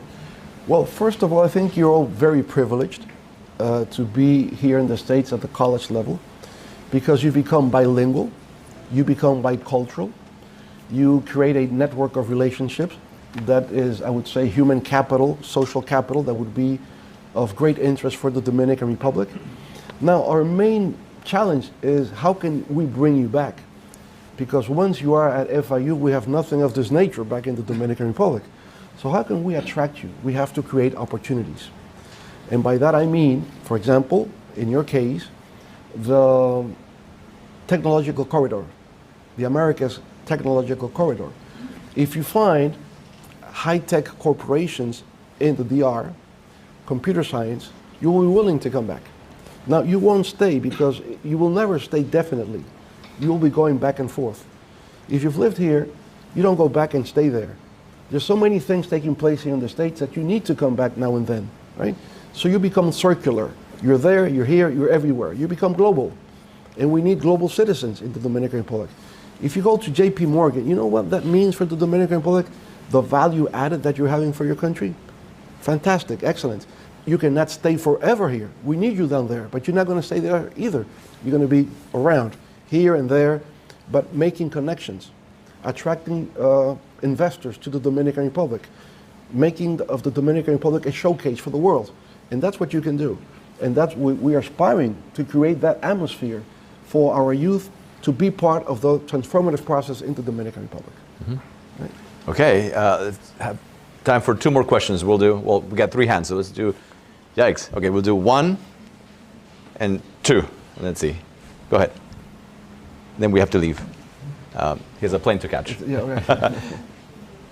So make it brief. And name and where you're from.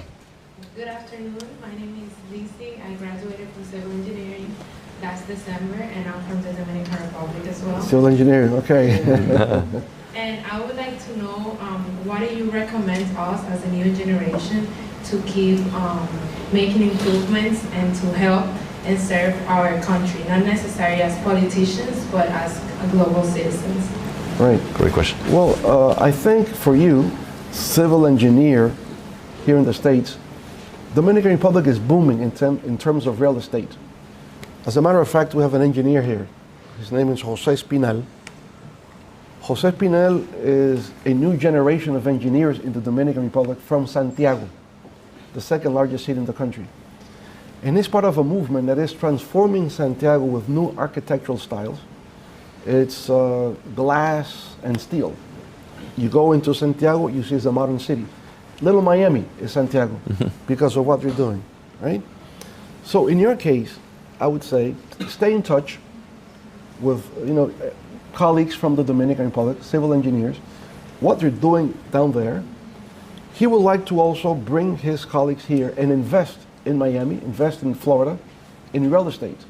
Because if we're talking about integrating Dominican Republic into Florida, integration means many things. It means investments, it means trade, it means finance, it means science, it means education. So if we can bring investors from the DR to invest in Florida, they will accumulate a larger volume of wealth, but at the same time they will learn with the new techniques that are being implemented here. And they will take that back to the Dominican Republic, and we create a bridge between Florida and the Dominican Republic for mutual benefit.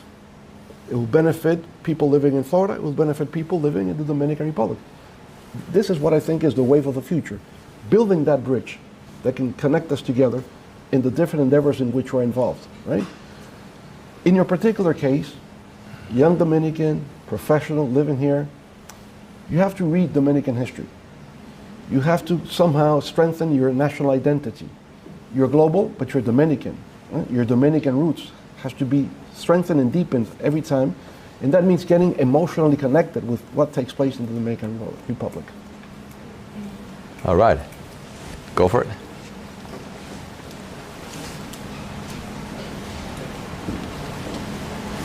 Good afternoon, Señor Presidente. My name is Sam Picardo, and I study international relations here at FIU. My family is originally from Venezuela.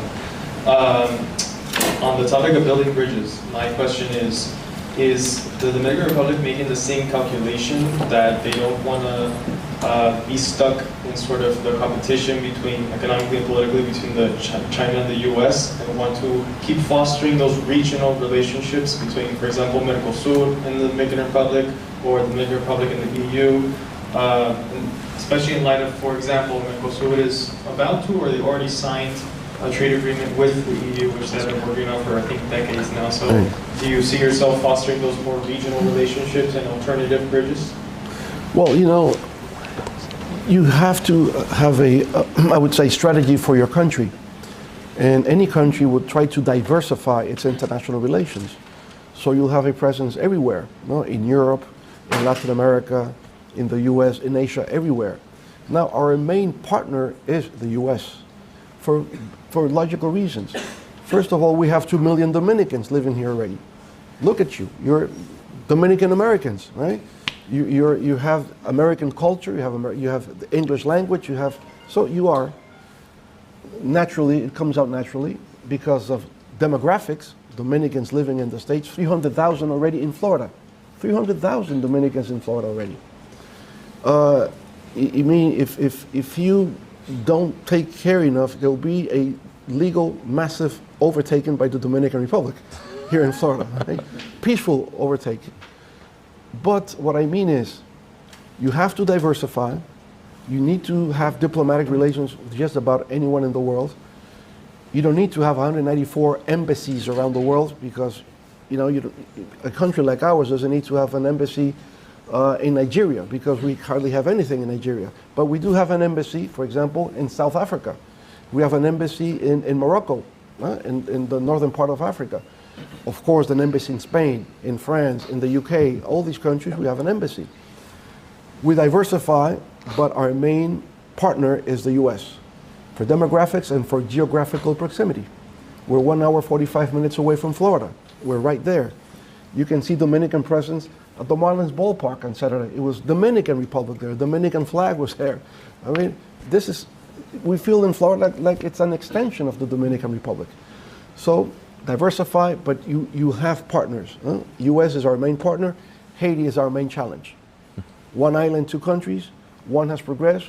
The other is in decline. So it's also very important for our international relations. So Florida has the 3rd largest Dominican community in the United States. It's New York, New Jersey, and Florida. Yeah. All right, we have time for one concluding question.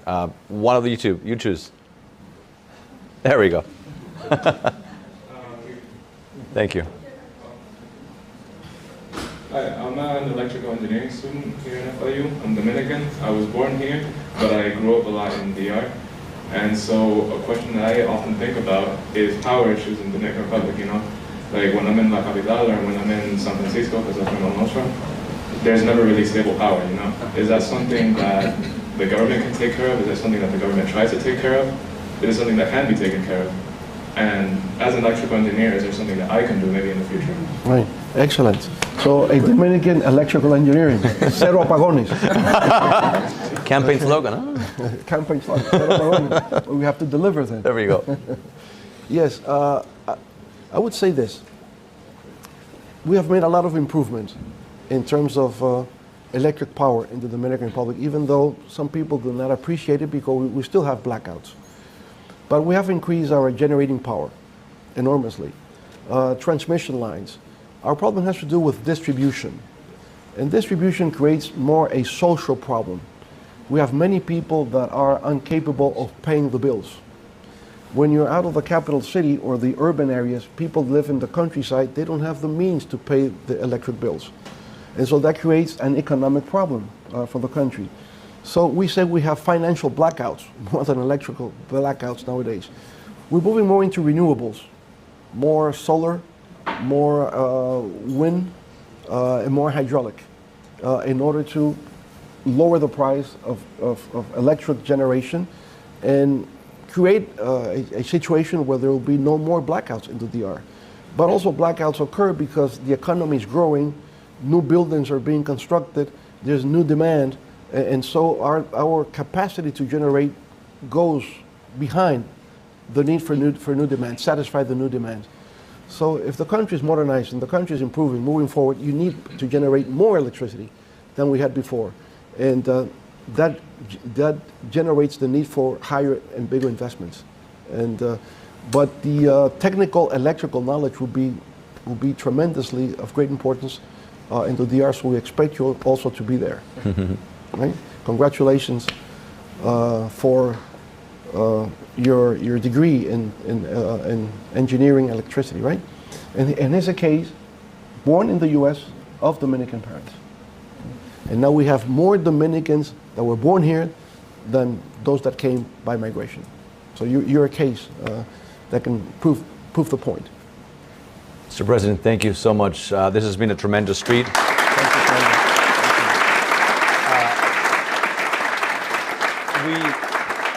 We could be here a few more hours, but you have a plane to catch.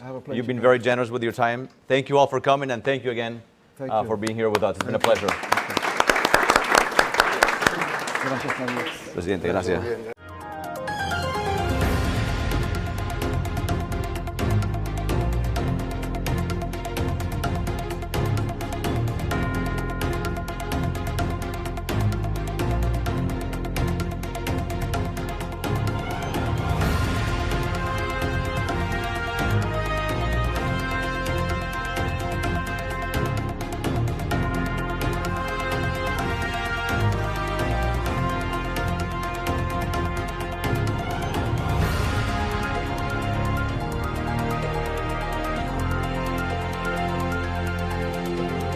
Como dice la gente que me quiere mucho, el primer poeta ciego de América. Con la pandemia, yo me vi imposibilitado de salir a proyectar mis obras. Teníamos problemas de ser inclusive sacados del apartamento donde vivíamos. Y decidimos escribirle al presidente. Fuimos favorecidos con un apartamento acá, gracias a la generosidad del señor presidente y del Ministerio de la Vivienda. Esa noticia nos hizo interpretar llenos de alegría el himno de Violeta Parra, Gracias a la Vida. El país ha experimentado un cambio muy positivo. Mi vida cambió de oscuro a blanco. La pandemia fue algo muy monstruoso. Estábamos en la casa y no llegaba el sustento, no había por dónde trabajar ni nada. Todo el mundo estaba un poco asustado porque no esperábamos esta pandemia. Uno no podía salir a trabajar, esperando que lo que llegara uno desenvolverse con eso. Mi proceso fue por vía de Supérate. Ellos nos llamaron, me inscribí, me gustó el proyecto y acepté. Fue una cosa rápida porque no teníamos experiencia en esto. Yo creo que mi vida va a cambiar para superarme. Mi vida ha cambiado totalmente porque ya yo no tengo el temor de que no voy a llevar el sustento de mis hijos a mi casa. Está cambiando mi vida. Capaces, apasionadas, creativas, consistentes, extrovertidas, La mujer actual es dinámica y necesita sentirse segura y protegida. Lemisol Soft es un aliado cuya suave fórmula con aloe y manzanilla mantiene la limpieza y frescura de su zona íntima con un pH balanceado. Lemisol Soft, siéntete limpia, fresca y protegida. Papá, yo estoy harto ya. Yo lo que quiero es que quiten el toque de queda. Poder salir a la calle a cualquier hora, janguear, comerme un chin. Este es Kelvin, el único que falta por vacunarse en el barrio. Llegarle a todos los coros, ya está bueno. Ajá, todos estamos cansados. Que quiten el toque de queda depende de nosotros. Si no nos vacunamos, no lo van a quitar. Porque nos jodemos. Bueno, vacúnense ustedes porque yo no.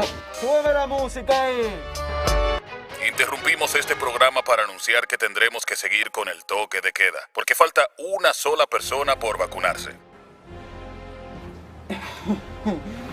En verdad lo que yo estaba diciendo es que yo me voy a ir a vacunar. Ok, dale. Ayuda al país a abrir negocios, empleos, abrazos, libertad. Vacúnate, refuérzate, ya. Regala una sonrisa, muestra tu interior, muestra la alegría de tu corazón. Y sé feliz, muestra lo que hay en ti, tu sonrisa es la mejor.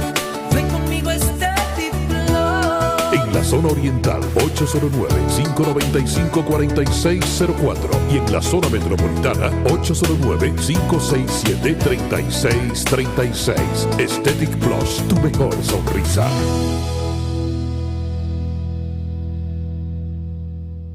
Convencidos en que la tecnología e información son garantías de éxito y desarrollo de las personas en la era digital, la Fundación Salvador Holguín trae totalmente gratis a tu provincia de Jabón los cursos de informática e inglés para ponerte acorde con los tiempos y garantizar la capacitación y profesionalidad de sus compueblanos.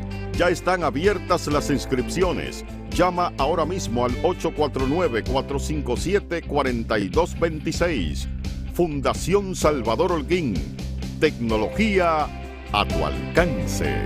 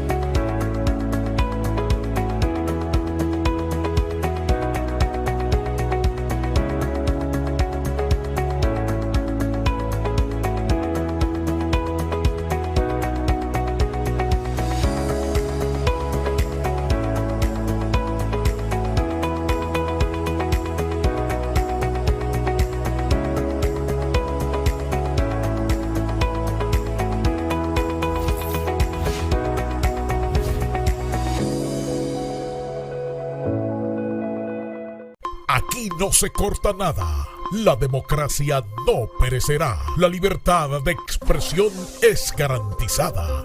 En la República Dominicana y el mundo siguen el periódico Sin Cortapisa. Sin Cortapisa. Las noticias como son.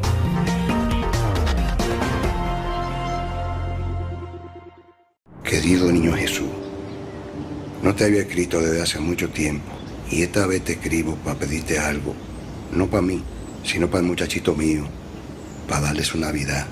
Necesito una brisita, hombre. ¡Papi, mira!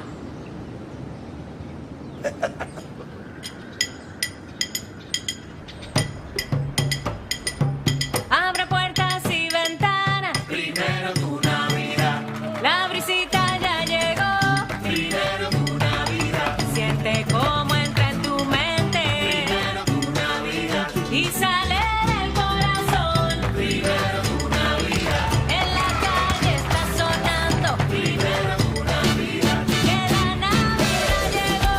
La brisita llegará primero a ti y a quienes más necesitan, para que se cumplan tus deseos. Primero tu Navidad.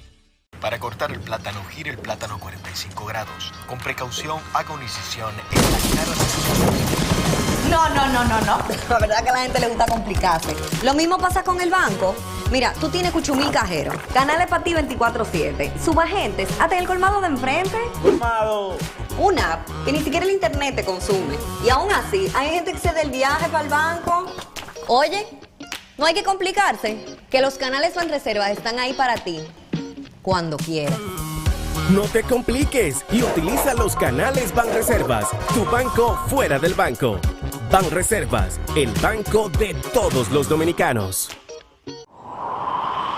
Con la brisita navideña vienen los mercados económicos de Inespre, con los productos básicos de la canasta familiar y los ingredientes de la cena navideña a precios justos, para que tengas una Navidad más feliz. Primero tu familia, primero tu alegría, primero tu Navidad. Gracias a Salvador Iguín ya puedo contar con una ayuda que me dio. Porque era algo de que yo le estaba pidiendo a Dios desde hace un par de meses, desde que tuve el accidente. Y gracias a Dios primeramente me dio la oportunidad de conocer a Salvador y me dio su mano amiga entre y San. Gracias al Señor le doy que me lo puso en mi camino.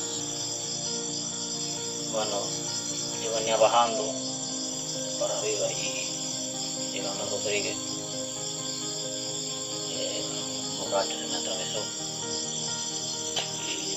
Salito y como quiera me traje en una vía contraria y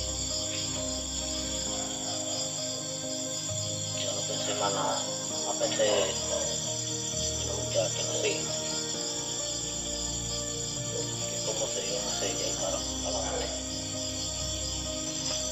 Me sentí sumamente contento.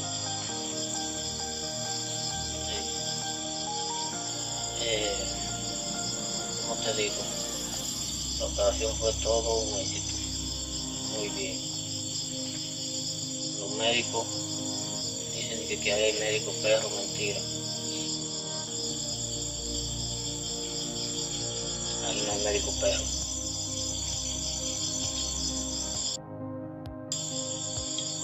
Muchas gracias a Salvador, muchas gracias a todos el que aportó granito de arena.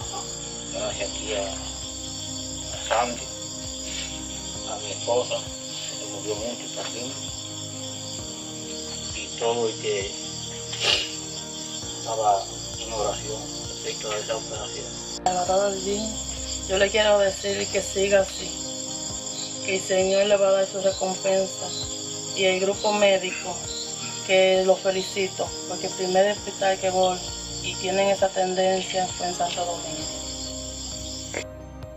Un logro más de lo que se está haciendo en el grupo democrático, liderado por el líder Salvador Holguín. Este es uno más de los logros de lo que nos ha propuesto y nos ha dicho nuestros líderes. No dejen perder una vida por falta de dirigencia, porque la dirigencia está. Nuestro líder está haciendo lo que Dios lo ha mandado a hacer. ¿Qué? Salvar vidas. El salvador de todos los japoneses.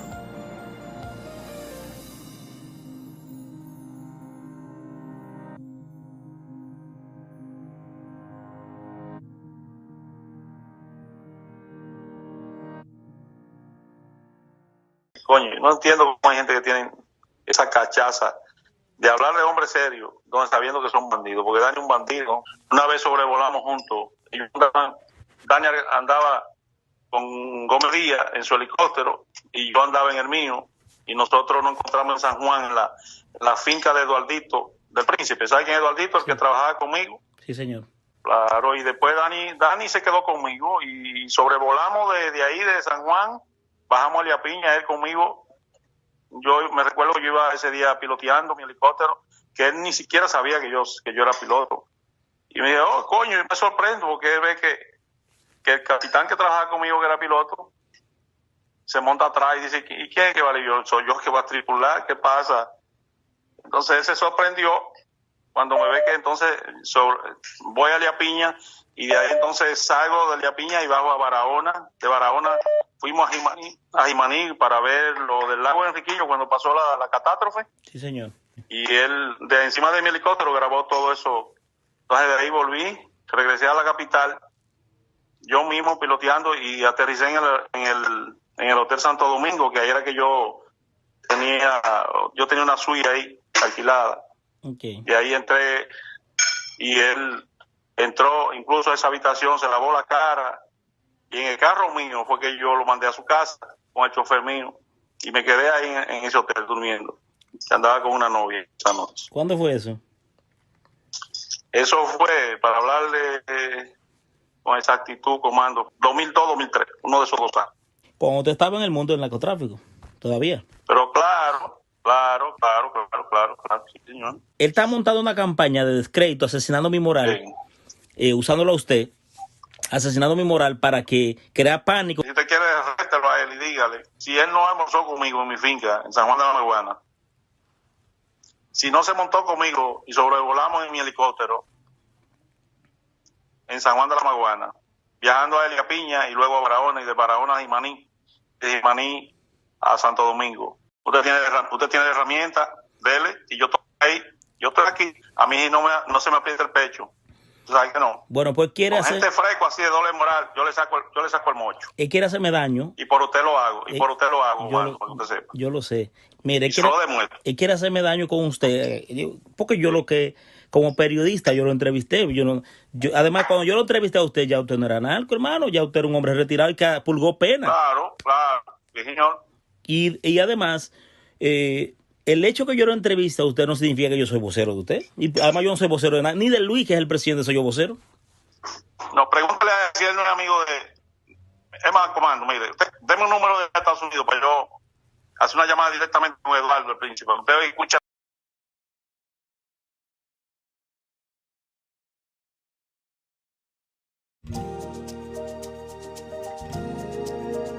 Tenemos un propósito que marcará un antes y un después en la historia de la República Dominicana. Despachar la mercancía que llega a nuestros puertos en 24 horas. Es un trabajo en equipo, un desafío que solo se puede enfrentar con entusiasmo y valentía. Nuestras aduanas están equipándose con los últimos avances tecnológicos porque solo con modernidad y eficiencia podremos agilizar los procesos operativos. Es un gran reto, pero si unimos nuestras voluntades, juntos podremos lograrlo. Esta iniciativa impactará los índices de competitividad de nuestro país, favorecerá el comercio exterior y mejorará la calidad de vida de nuestra gente. Nos encaminamos a ser el hub logístico de la región. Es un propósito donde ganamos todos, pero sobre todo ganamos como país. Despacho en 24 horas. Juntos a tiempo. Dirección General de Aduanas.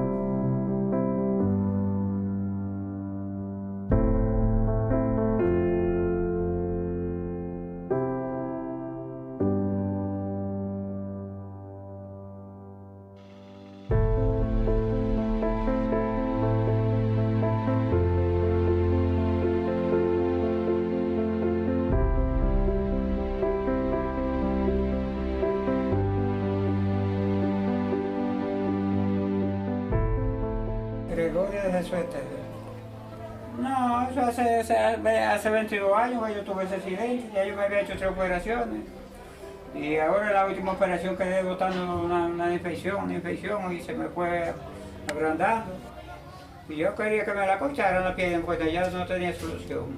Y Salvador me dijo que me resolvía eso, que me la operaba, que no tenía que cortarme. Una guagua me chocó. No, vamos a decir que ya yo no tenía recursos para operarme, era la vaina así. Yo me decidí que me la cortaran la pierna para no estar embromando a los médicos. No, yo no tengo con qué pagarle a Salvador. Porque esa operación que me hizo vale millones de pesos. Y el presidente de la República Dominicana también que participó en eso. Nada, con la esperanza, que estoy contento por eso, que ya yo estoy operado, ya yo sé que si no me pongo a hacer, vamos a decir, desarreglo, no se me va a descomponer más la pierna. Pero está resuelto el problema ya. No, yo le digo muchas gracias al presidente y a Salvador Guín, que estoy siendo bien agradecido por la operación que ellos me mandaron a hacer. Eso cuanto todo. Le damos las gracias a Salvador Holguín, al presidente de la República, a Luis Miguel Gutiérrez, que fue el que comenzó este proceso, y a todo su equipo, a todos ustedes, por la forma que nos han tratado aquí a Gregorio, como todos le decimos. Estamos muy agradecidos. Y ahorita en otro video que hicimos, que a Salvador que siga haciendo este tipo de obras. Él es de aquí del Pino, nos conoce bien y agradecido. Dios que le bendiga y que le siga premiando este tipo de obras, para que siga haciendo este tipo de obras, porque son las cosas que a Dios le agradan. Porque el que le da la mano al que menos puede, el Señor cada día lo levanta más. Que Dios le bendiga, que Dios le dé salud. Y se lo multiplique, en salud, en todo. Sí.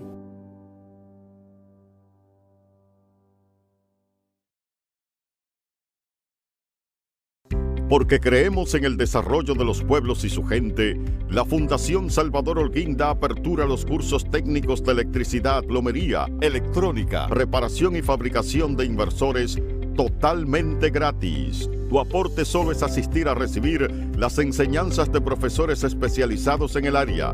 Ya no hay justificación. Si no eres profesional o no tienes una carrera técnica, esta es tu oportunidad. La Fundación Salvador Holguín te espera con las puertas abiertas en el Pino de Jabón. Inscríbete al 849-457-4226.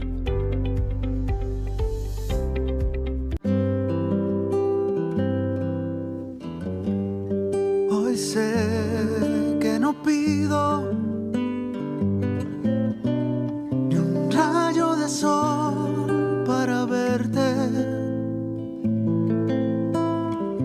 No las tengo todas conmigo. Me deslumbras, me hipnotizas. De repente renaces despierto. No pido nada. Hoy sé que te quiero. Donde sea que haya un dominicano, ahí estaremos con él. Porque somos Banreservas, el banco de todos los dominicanos. Y yo quiero decirle a los dajaboneros y dajaboneras en el día de hoy que Salvador Holguín tiene un sueño para con su pueblo. Que Salvador Holguín tiene aspiraciones para con su gente. Que Salvador Holguín está trabajando día y noche para acompañarles a ustedes junto a las autoridades del gobierno del presidente Luis Abinader para traerles soluciones a esta importante provincia que me vio nacer. Yo tengo un sueño para con Dajabón y estoy trabajando para cumplirlo. Yo tengo un sueño de desarrollo. Yo tengo un sueño de bienestar. Yo tengo un sueño de oportunidades para los jóvenes. Yo tengo un sueño para detener la haitianización que existe en esta frontera. Yo tengo un sueño para evitar la inseguridad. Yo tengo un sueño para la salud. Y yo tengo un sueño con el desarrollo, el bienestar y la prosperidad de los dajaboneros y dajaboneras. Que quede en el día de hoy para la historia que este humilde dajabonero que se llama Salvador Holguín está con ustedes, seguirá con ustedes y trabaja con ustedes junto a las autoridades de esta provincia de Dajabón. Para cortar el plátano, gire el plátano 45 grados. Con precaución, haga una incisión en la cara de... No. La verdad que a la gente le gusta complicarse. Lo mismo pasa con el banco. Mira, tú tienes cuchumil cajero. Canal es para ti 24/7. Subagentes, hasta el colmado de enfrente. Colmado. Una app que ni siquiera el internet te consume. Y aún así, hay gente que se da el viaje para el banco. Oye, no hay que complicarse. Que los canales Banreservas están ahí para ti. Cuando quieras. No te compliques y utiliza los canales Banreservas, tu banco fuera del banco. Banreservas, el banco de todos los dominicanos. Los Ríos estamos ejecutando una obra que se llama el saneamiento pluvial y sanitario de la cañada de Arroyo Hondo. Hemos alcanzado ya el sellado de la cañada. En los 35 años que tengo viviendo aquí, el primer presidente viene aquí a la cañada. Desde que empezaba a llover estaba todo el mundo de pie y con la cama amarrada en soga. Teníamos una precariedad con esta cañada, eso era insoportable. Una vez uno a las 12 de la noche tenía que levantarse a ayudar a los vecinos, a meterse al agua porque se inundaba todo. Llegó el cambio al sector de nosotros los ríos, ya prácticamente eso ya está pasando a la historia. Ya no le decimos cañada, le decimos la ex cañada. Nosotros tenemos ya un presidente que se duele por nosotros, que nos ha escuchado. Mucha diferencia. Ahora cuando llueve uno se siente asombrado porque ni siquiera ve el agua cruzar. Está uno prácticamente en un paraíso. Se resuelve un problema de salubridad, se resuelve un problema de derramamientos de agua, de crecida de las cañadas. Alcanzar lo que hemos hecho en esta etapa, esto es cambio. Ya los niños juegan, no tenemos susto de que está lloviendo y vamos a tener que salir corriendo de aquí porque lo estamos disfrutando bastante, nos sentamos en la tarde, nos recreamos. Ya todos los domingos, los fines de semana lo vamos a compartir todo en familia aquí, ya ustedes saben. Aquí, en la provincia de Santiago, esto es cambio. Imagínate tú, no es fácil. Nadie nos hacía caso. Después de tener más de 12 años en la comunidad abandonada, nuestros barrios estaban que daban pena. Claro, el cambio se siente desde ya, desde que Luis Abinader tomó las riendas de nuestro país. Teníamos varios años esperando la terminación del tramo de la circunvalación norte. Es un tramo que nos ayuda a descentralizarnos de la ciudad y en el cual nos da una potencial muy alta, tanto de trabajo, porque ya no es una promesa, es una realidad. Son 77 barrios que se han comunicado directamente. Nos dignifica como personas y aparte que nuestro entorno coge más valor y nuestra propiedad. Nos encontramos en el puente Abraham Gómez. Teníamos un largo tiempo ansioso por este puente. Este puente comunica la autopista Duarte con Laguna Prieta, Puñal y Guayabal.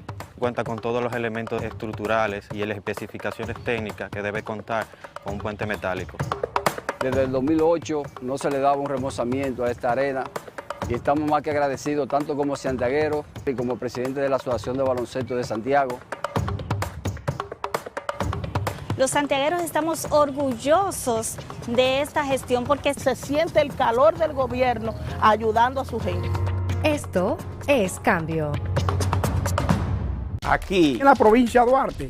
Esto es cambio.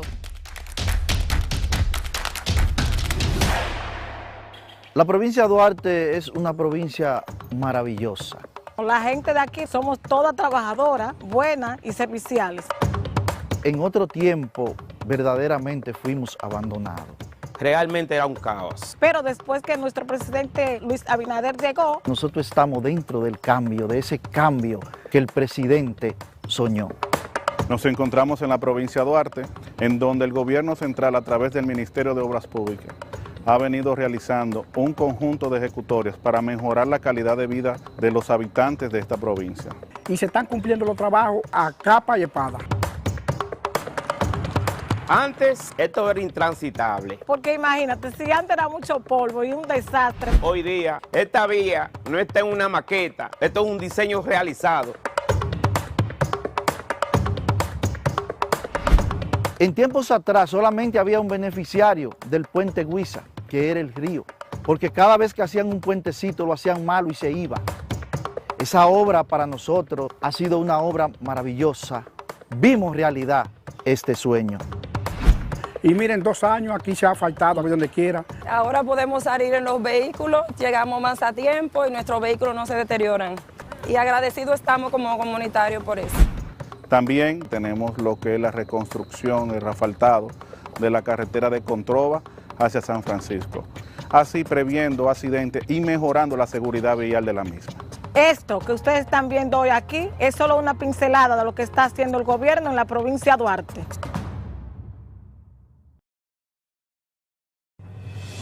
Lo que San Cristóbal necesita se está haciendo. En menos de 3 años, lo que se prometió se está cumpliendo. Mejoramiento Acueducto San Cristóbal. Proyecto de reparación del Centro Médico del Primer Nivel La Palmita. Instituto Preparatorio de Menores Refor. Fase 2 de Dominicana se reconstruye. Trébol de San Cristóbal. Planta de tratamiento de aguas residuales. ¿Y ahora que falta mambo? Porque pensamos en todos, empezando por ti. Esto es cambio. Gobierno de la República Dominicana. Ponle tú también pilas nuevas a tu negocio con Expo Fomenta Pymes Banreservas. Aprovecha tasas desde 12.95%, ofertas en comercios aliados, charlas, talleres de educación financiera, premios y mucho más. Expo Fomenta Pymes Banreservas. Hasta el 15 de mayo. Cupo limitado. Más información en banreservas.com. Banreservas, el banco de todos los dominicanos. En una reunión conjunta, los presidentes Eduardo Estrella y Alfredo Pacheco, junto a diputados y senadores, recibieron en el Salón de la Asamblea al presidente de la República de Portugal, Marcelo Rebelo de Sousa, quien resaltó los lazos de amistad que existen entre ambos países. Asimismo, Pacheco, junto a una delegación de legisladores, se reunió con el expresidente de España, José María Aznar, y conversaron sobre el comercio exterior. De igual forma, el órgano legislativo recibió la certificación de buenas prácticas por parte del Instituto Dominicano para la Calidad en la persona de Lorenzo Ramírez, director general de la institución. También los diputados entregaron un reconocimiento al Colegio Santa Teresita por su extraordinaria labor al servicio de la educación. La resolución fue de la autoría del diputado Pedro Martínez. Mientras que el Pleno aprobó el 6º grupo de 500 contratos de menos de 1.000 metros entre el Estado Dominicano y particulares, iniciativa que beneficia a pequeños adquirientes de viviendas y terrenos, haciéndolos sujetos de créditos. Lo que San Cristóbal necesita se está haciendo. En menos de 3 años, lo que se prometió se está cumpliendo. Mejoramiento Acueducto San Cristóbal. Proyecto de reparación del Centro Médico del Primer Nivel La Palmita. Instituto Preparatorio de Menores Refor. Fase 2 de Dominicana se reconstruye. Trébol de San Cristóbal. Planta de tratamiento de aguas residuales. ¿Y ahora que falta mambo? Porque pensamos en todos, empezando por ti. Esto es cambio. Gobierno de la República Dominicana. Aquí, en la provincia de Duarte. Esto es cambio. La provincia de Duarte es una provincia maravillosa. La gente de aquí somos todas trabajadoras, buenas y serviciales. En otro tiempo, verdaderamente fuimos abandonados.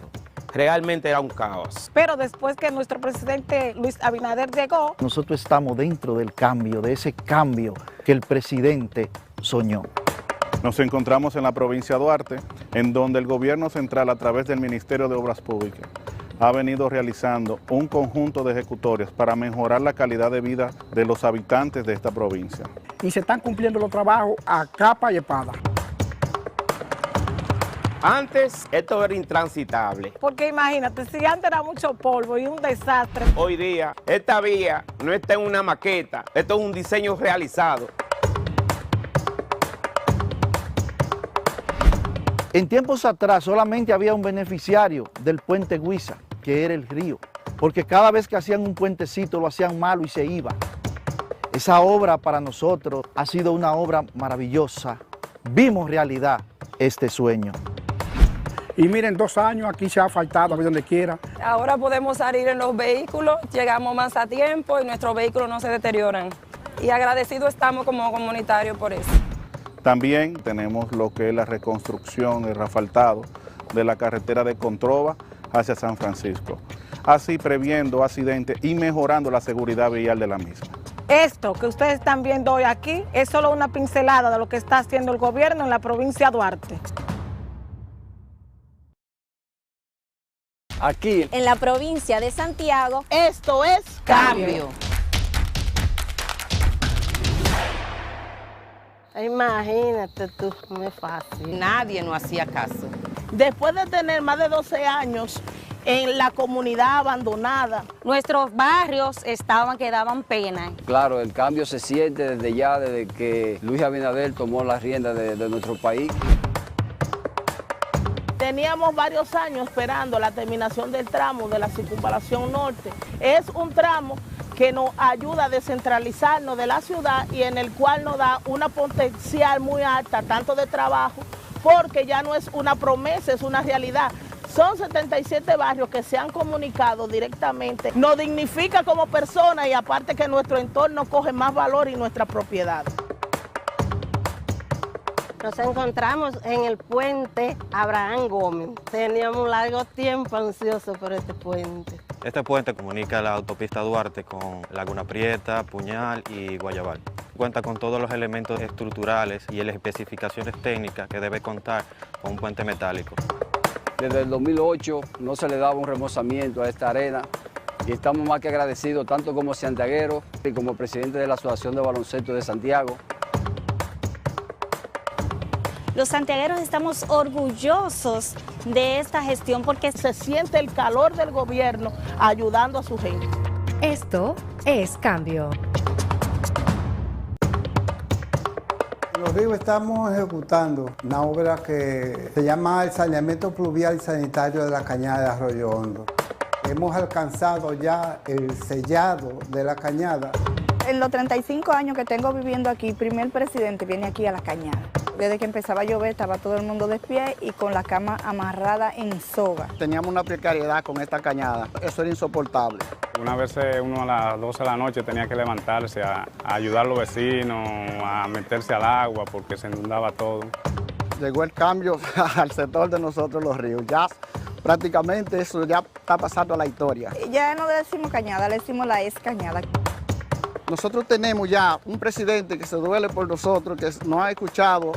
Mucha diferencia. Ahora cuando llueve uno se siente asombrado porque ni siquiera ve el agua cruzar. Está uno prácticamente en un paraíso. Se resuelve un problema de salubridad, se resuelve un problema de derramamientos de agua, de crecida de las cañadas. Alcanzar lo que hemos hecho en esta etapa, esto es cambio. Ya los niños juegan, no tenemos susto de que está lloviendo y vamos a tener que salir corriendo de aquí porque lo estamos disfrutando bastante, nos sentamos en la tarde, nos recreamos. Ya todos los domingos, los fines de semana lo vamos a compartir todo en familia aquí, ya ustedes saben. Esta semana la Cámara de Diputados cumplió con una amplia agenda de trabajo que incluyó realización de 2 sesiones del Pleno, visitas al presidente y la celebración de varias reuniones de comisiones para tratar diferentes iniciativas legislativas. El presidente del órgano legislativo recibió el galardón a la municipalidad otorgado por la Federación Dominicana de Distritos Municipales.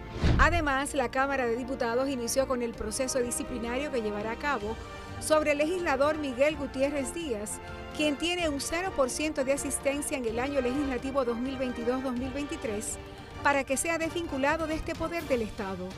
Asimismo, el Pleno de la Cámara de Diputados designó una comisión para investigar la mortalidad infantil en el país, debido a los recientes sucesos lamentables en un hospital público. La comisión bicameral que revisa de manera integral la Ley 87-01 sobre seguridad social informó que está dando los toques finales a dicha iniciativa. Y durante la semana, 14 comisiones se reunieron para tratar diferentes iniciativas.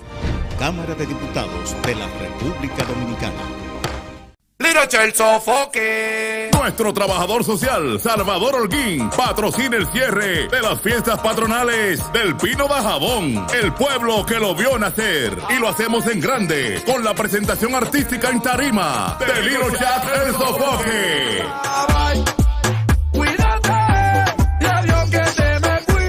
En un cierre espectacular de estas fiestas patronales que se realizará este domingo 30 de abril a las 9 de la noche con el dembowcero Liroche el sofoque, un evento patrocinado por el próximo senador de la provincia de Dajabón, Salvador Holguín, para el deleite de todos sus compoblanos pineros. No miren para atrás, que lo que un día fue no será. Dajaboneros, no os desesperéis, ya falta poco. Salvador Holguín, senador. Volví de nuevo a subir la nota, fue el que te